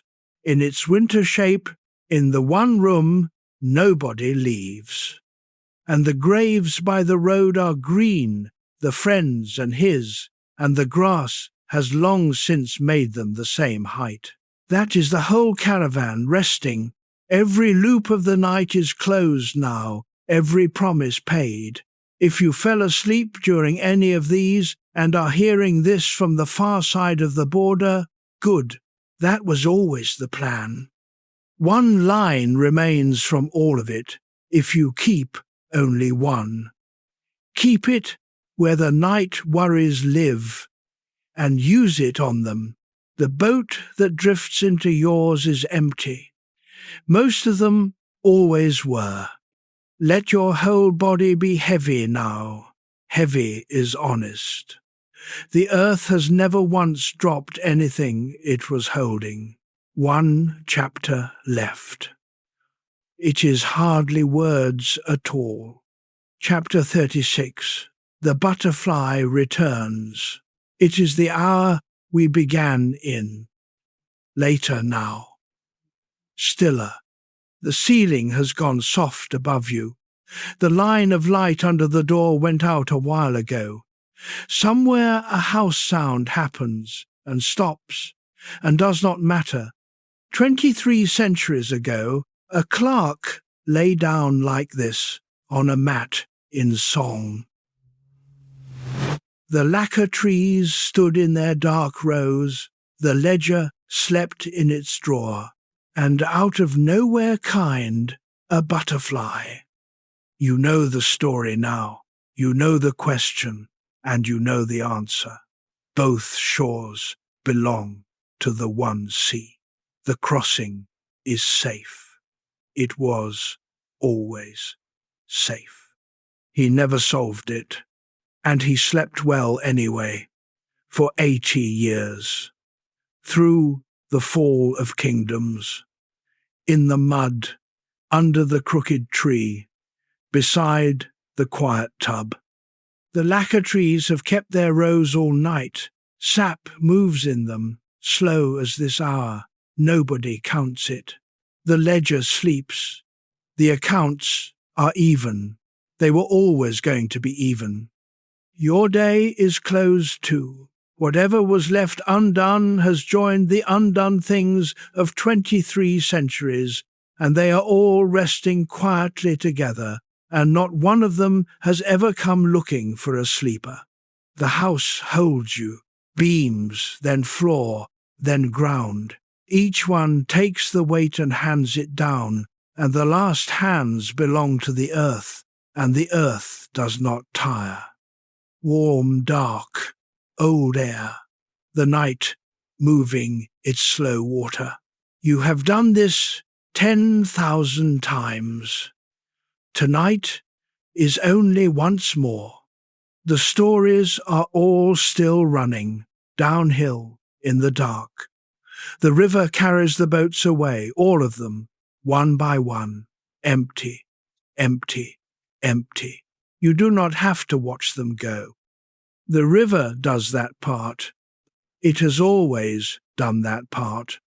Let the eyes rest in their dark. Let the hands forget their names. The jaw, the shoulders, the long muscles of the back, off duty, all of them, one lamp at a time. 10 steps for a peck, 100 for a drink. The pheasant is asleep in the wet grass now, and the marsh holds it like a palm. 7 acorns, all eaten. The keeper has gone home. The monkeys dream of morning, and morning is already true somewhere, taking its time. The knife is clean. The wheel is true. The bellstand stands in the dark, and no one is looking at it, and it does not mind. No one is steering tonight. Nothing needs you until morning. The 10,000 things are standing watch, and they are good at it, and they have never once left the post. Let the last thought loosen its hands. The mind you are setting down will be there at dawn, solid, unmistakable. 2 arms, 2 legs, 1 name, or wings, whichever wakes first. There is no difference tonight worth staying up for. The dream does not need you to begin it. It is already near, the way the sea was always near the well, patient, level, unhurried by floods or by droughts. Wings somewhere, or just the curtain moving. It does not matter which. It never mattered which. The butterfly knew the way before it knew anything else. So do you. The air is warm over the grass. The wings open and close, slower, open and close. The butterfly settles on the dark, and the dark holds it, the way the water holds the boat, the way the earth holds the tree. No more stories now. The well is quiet. The forest is quiet. The yard, the marsh, the river, the house, in song. You are held. You were held all along. Go where it pleases, drift where it drifts. Sleep now.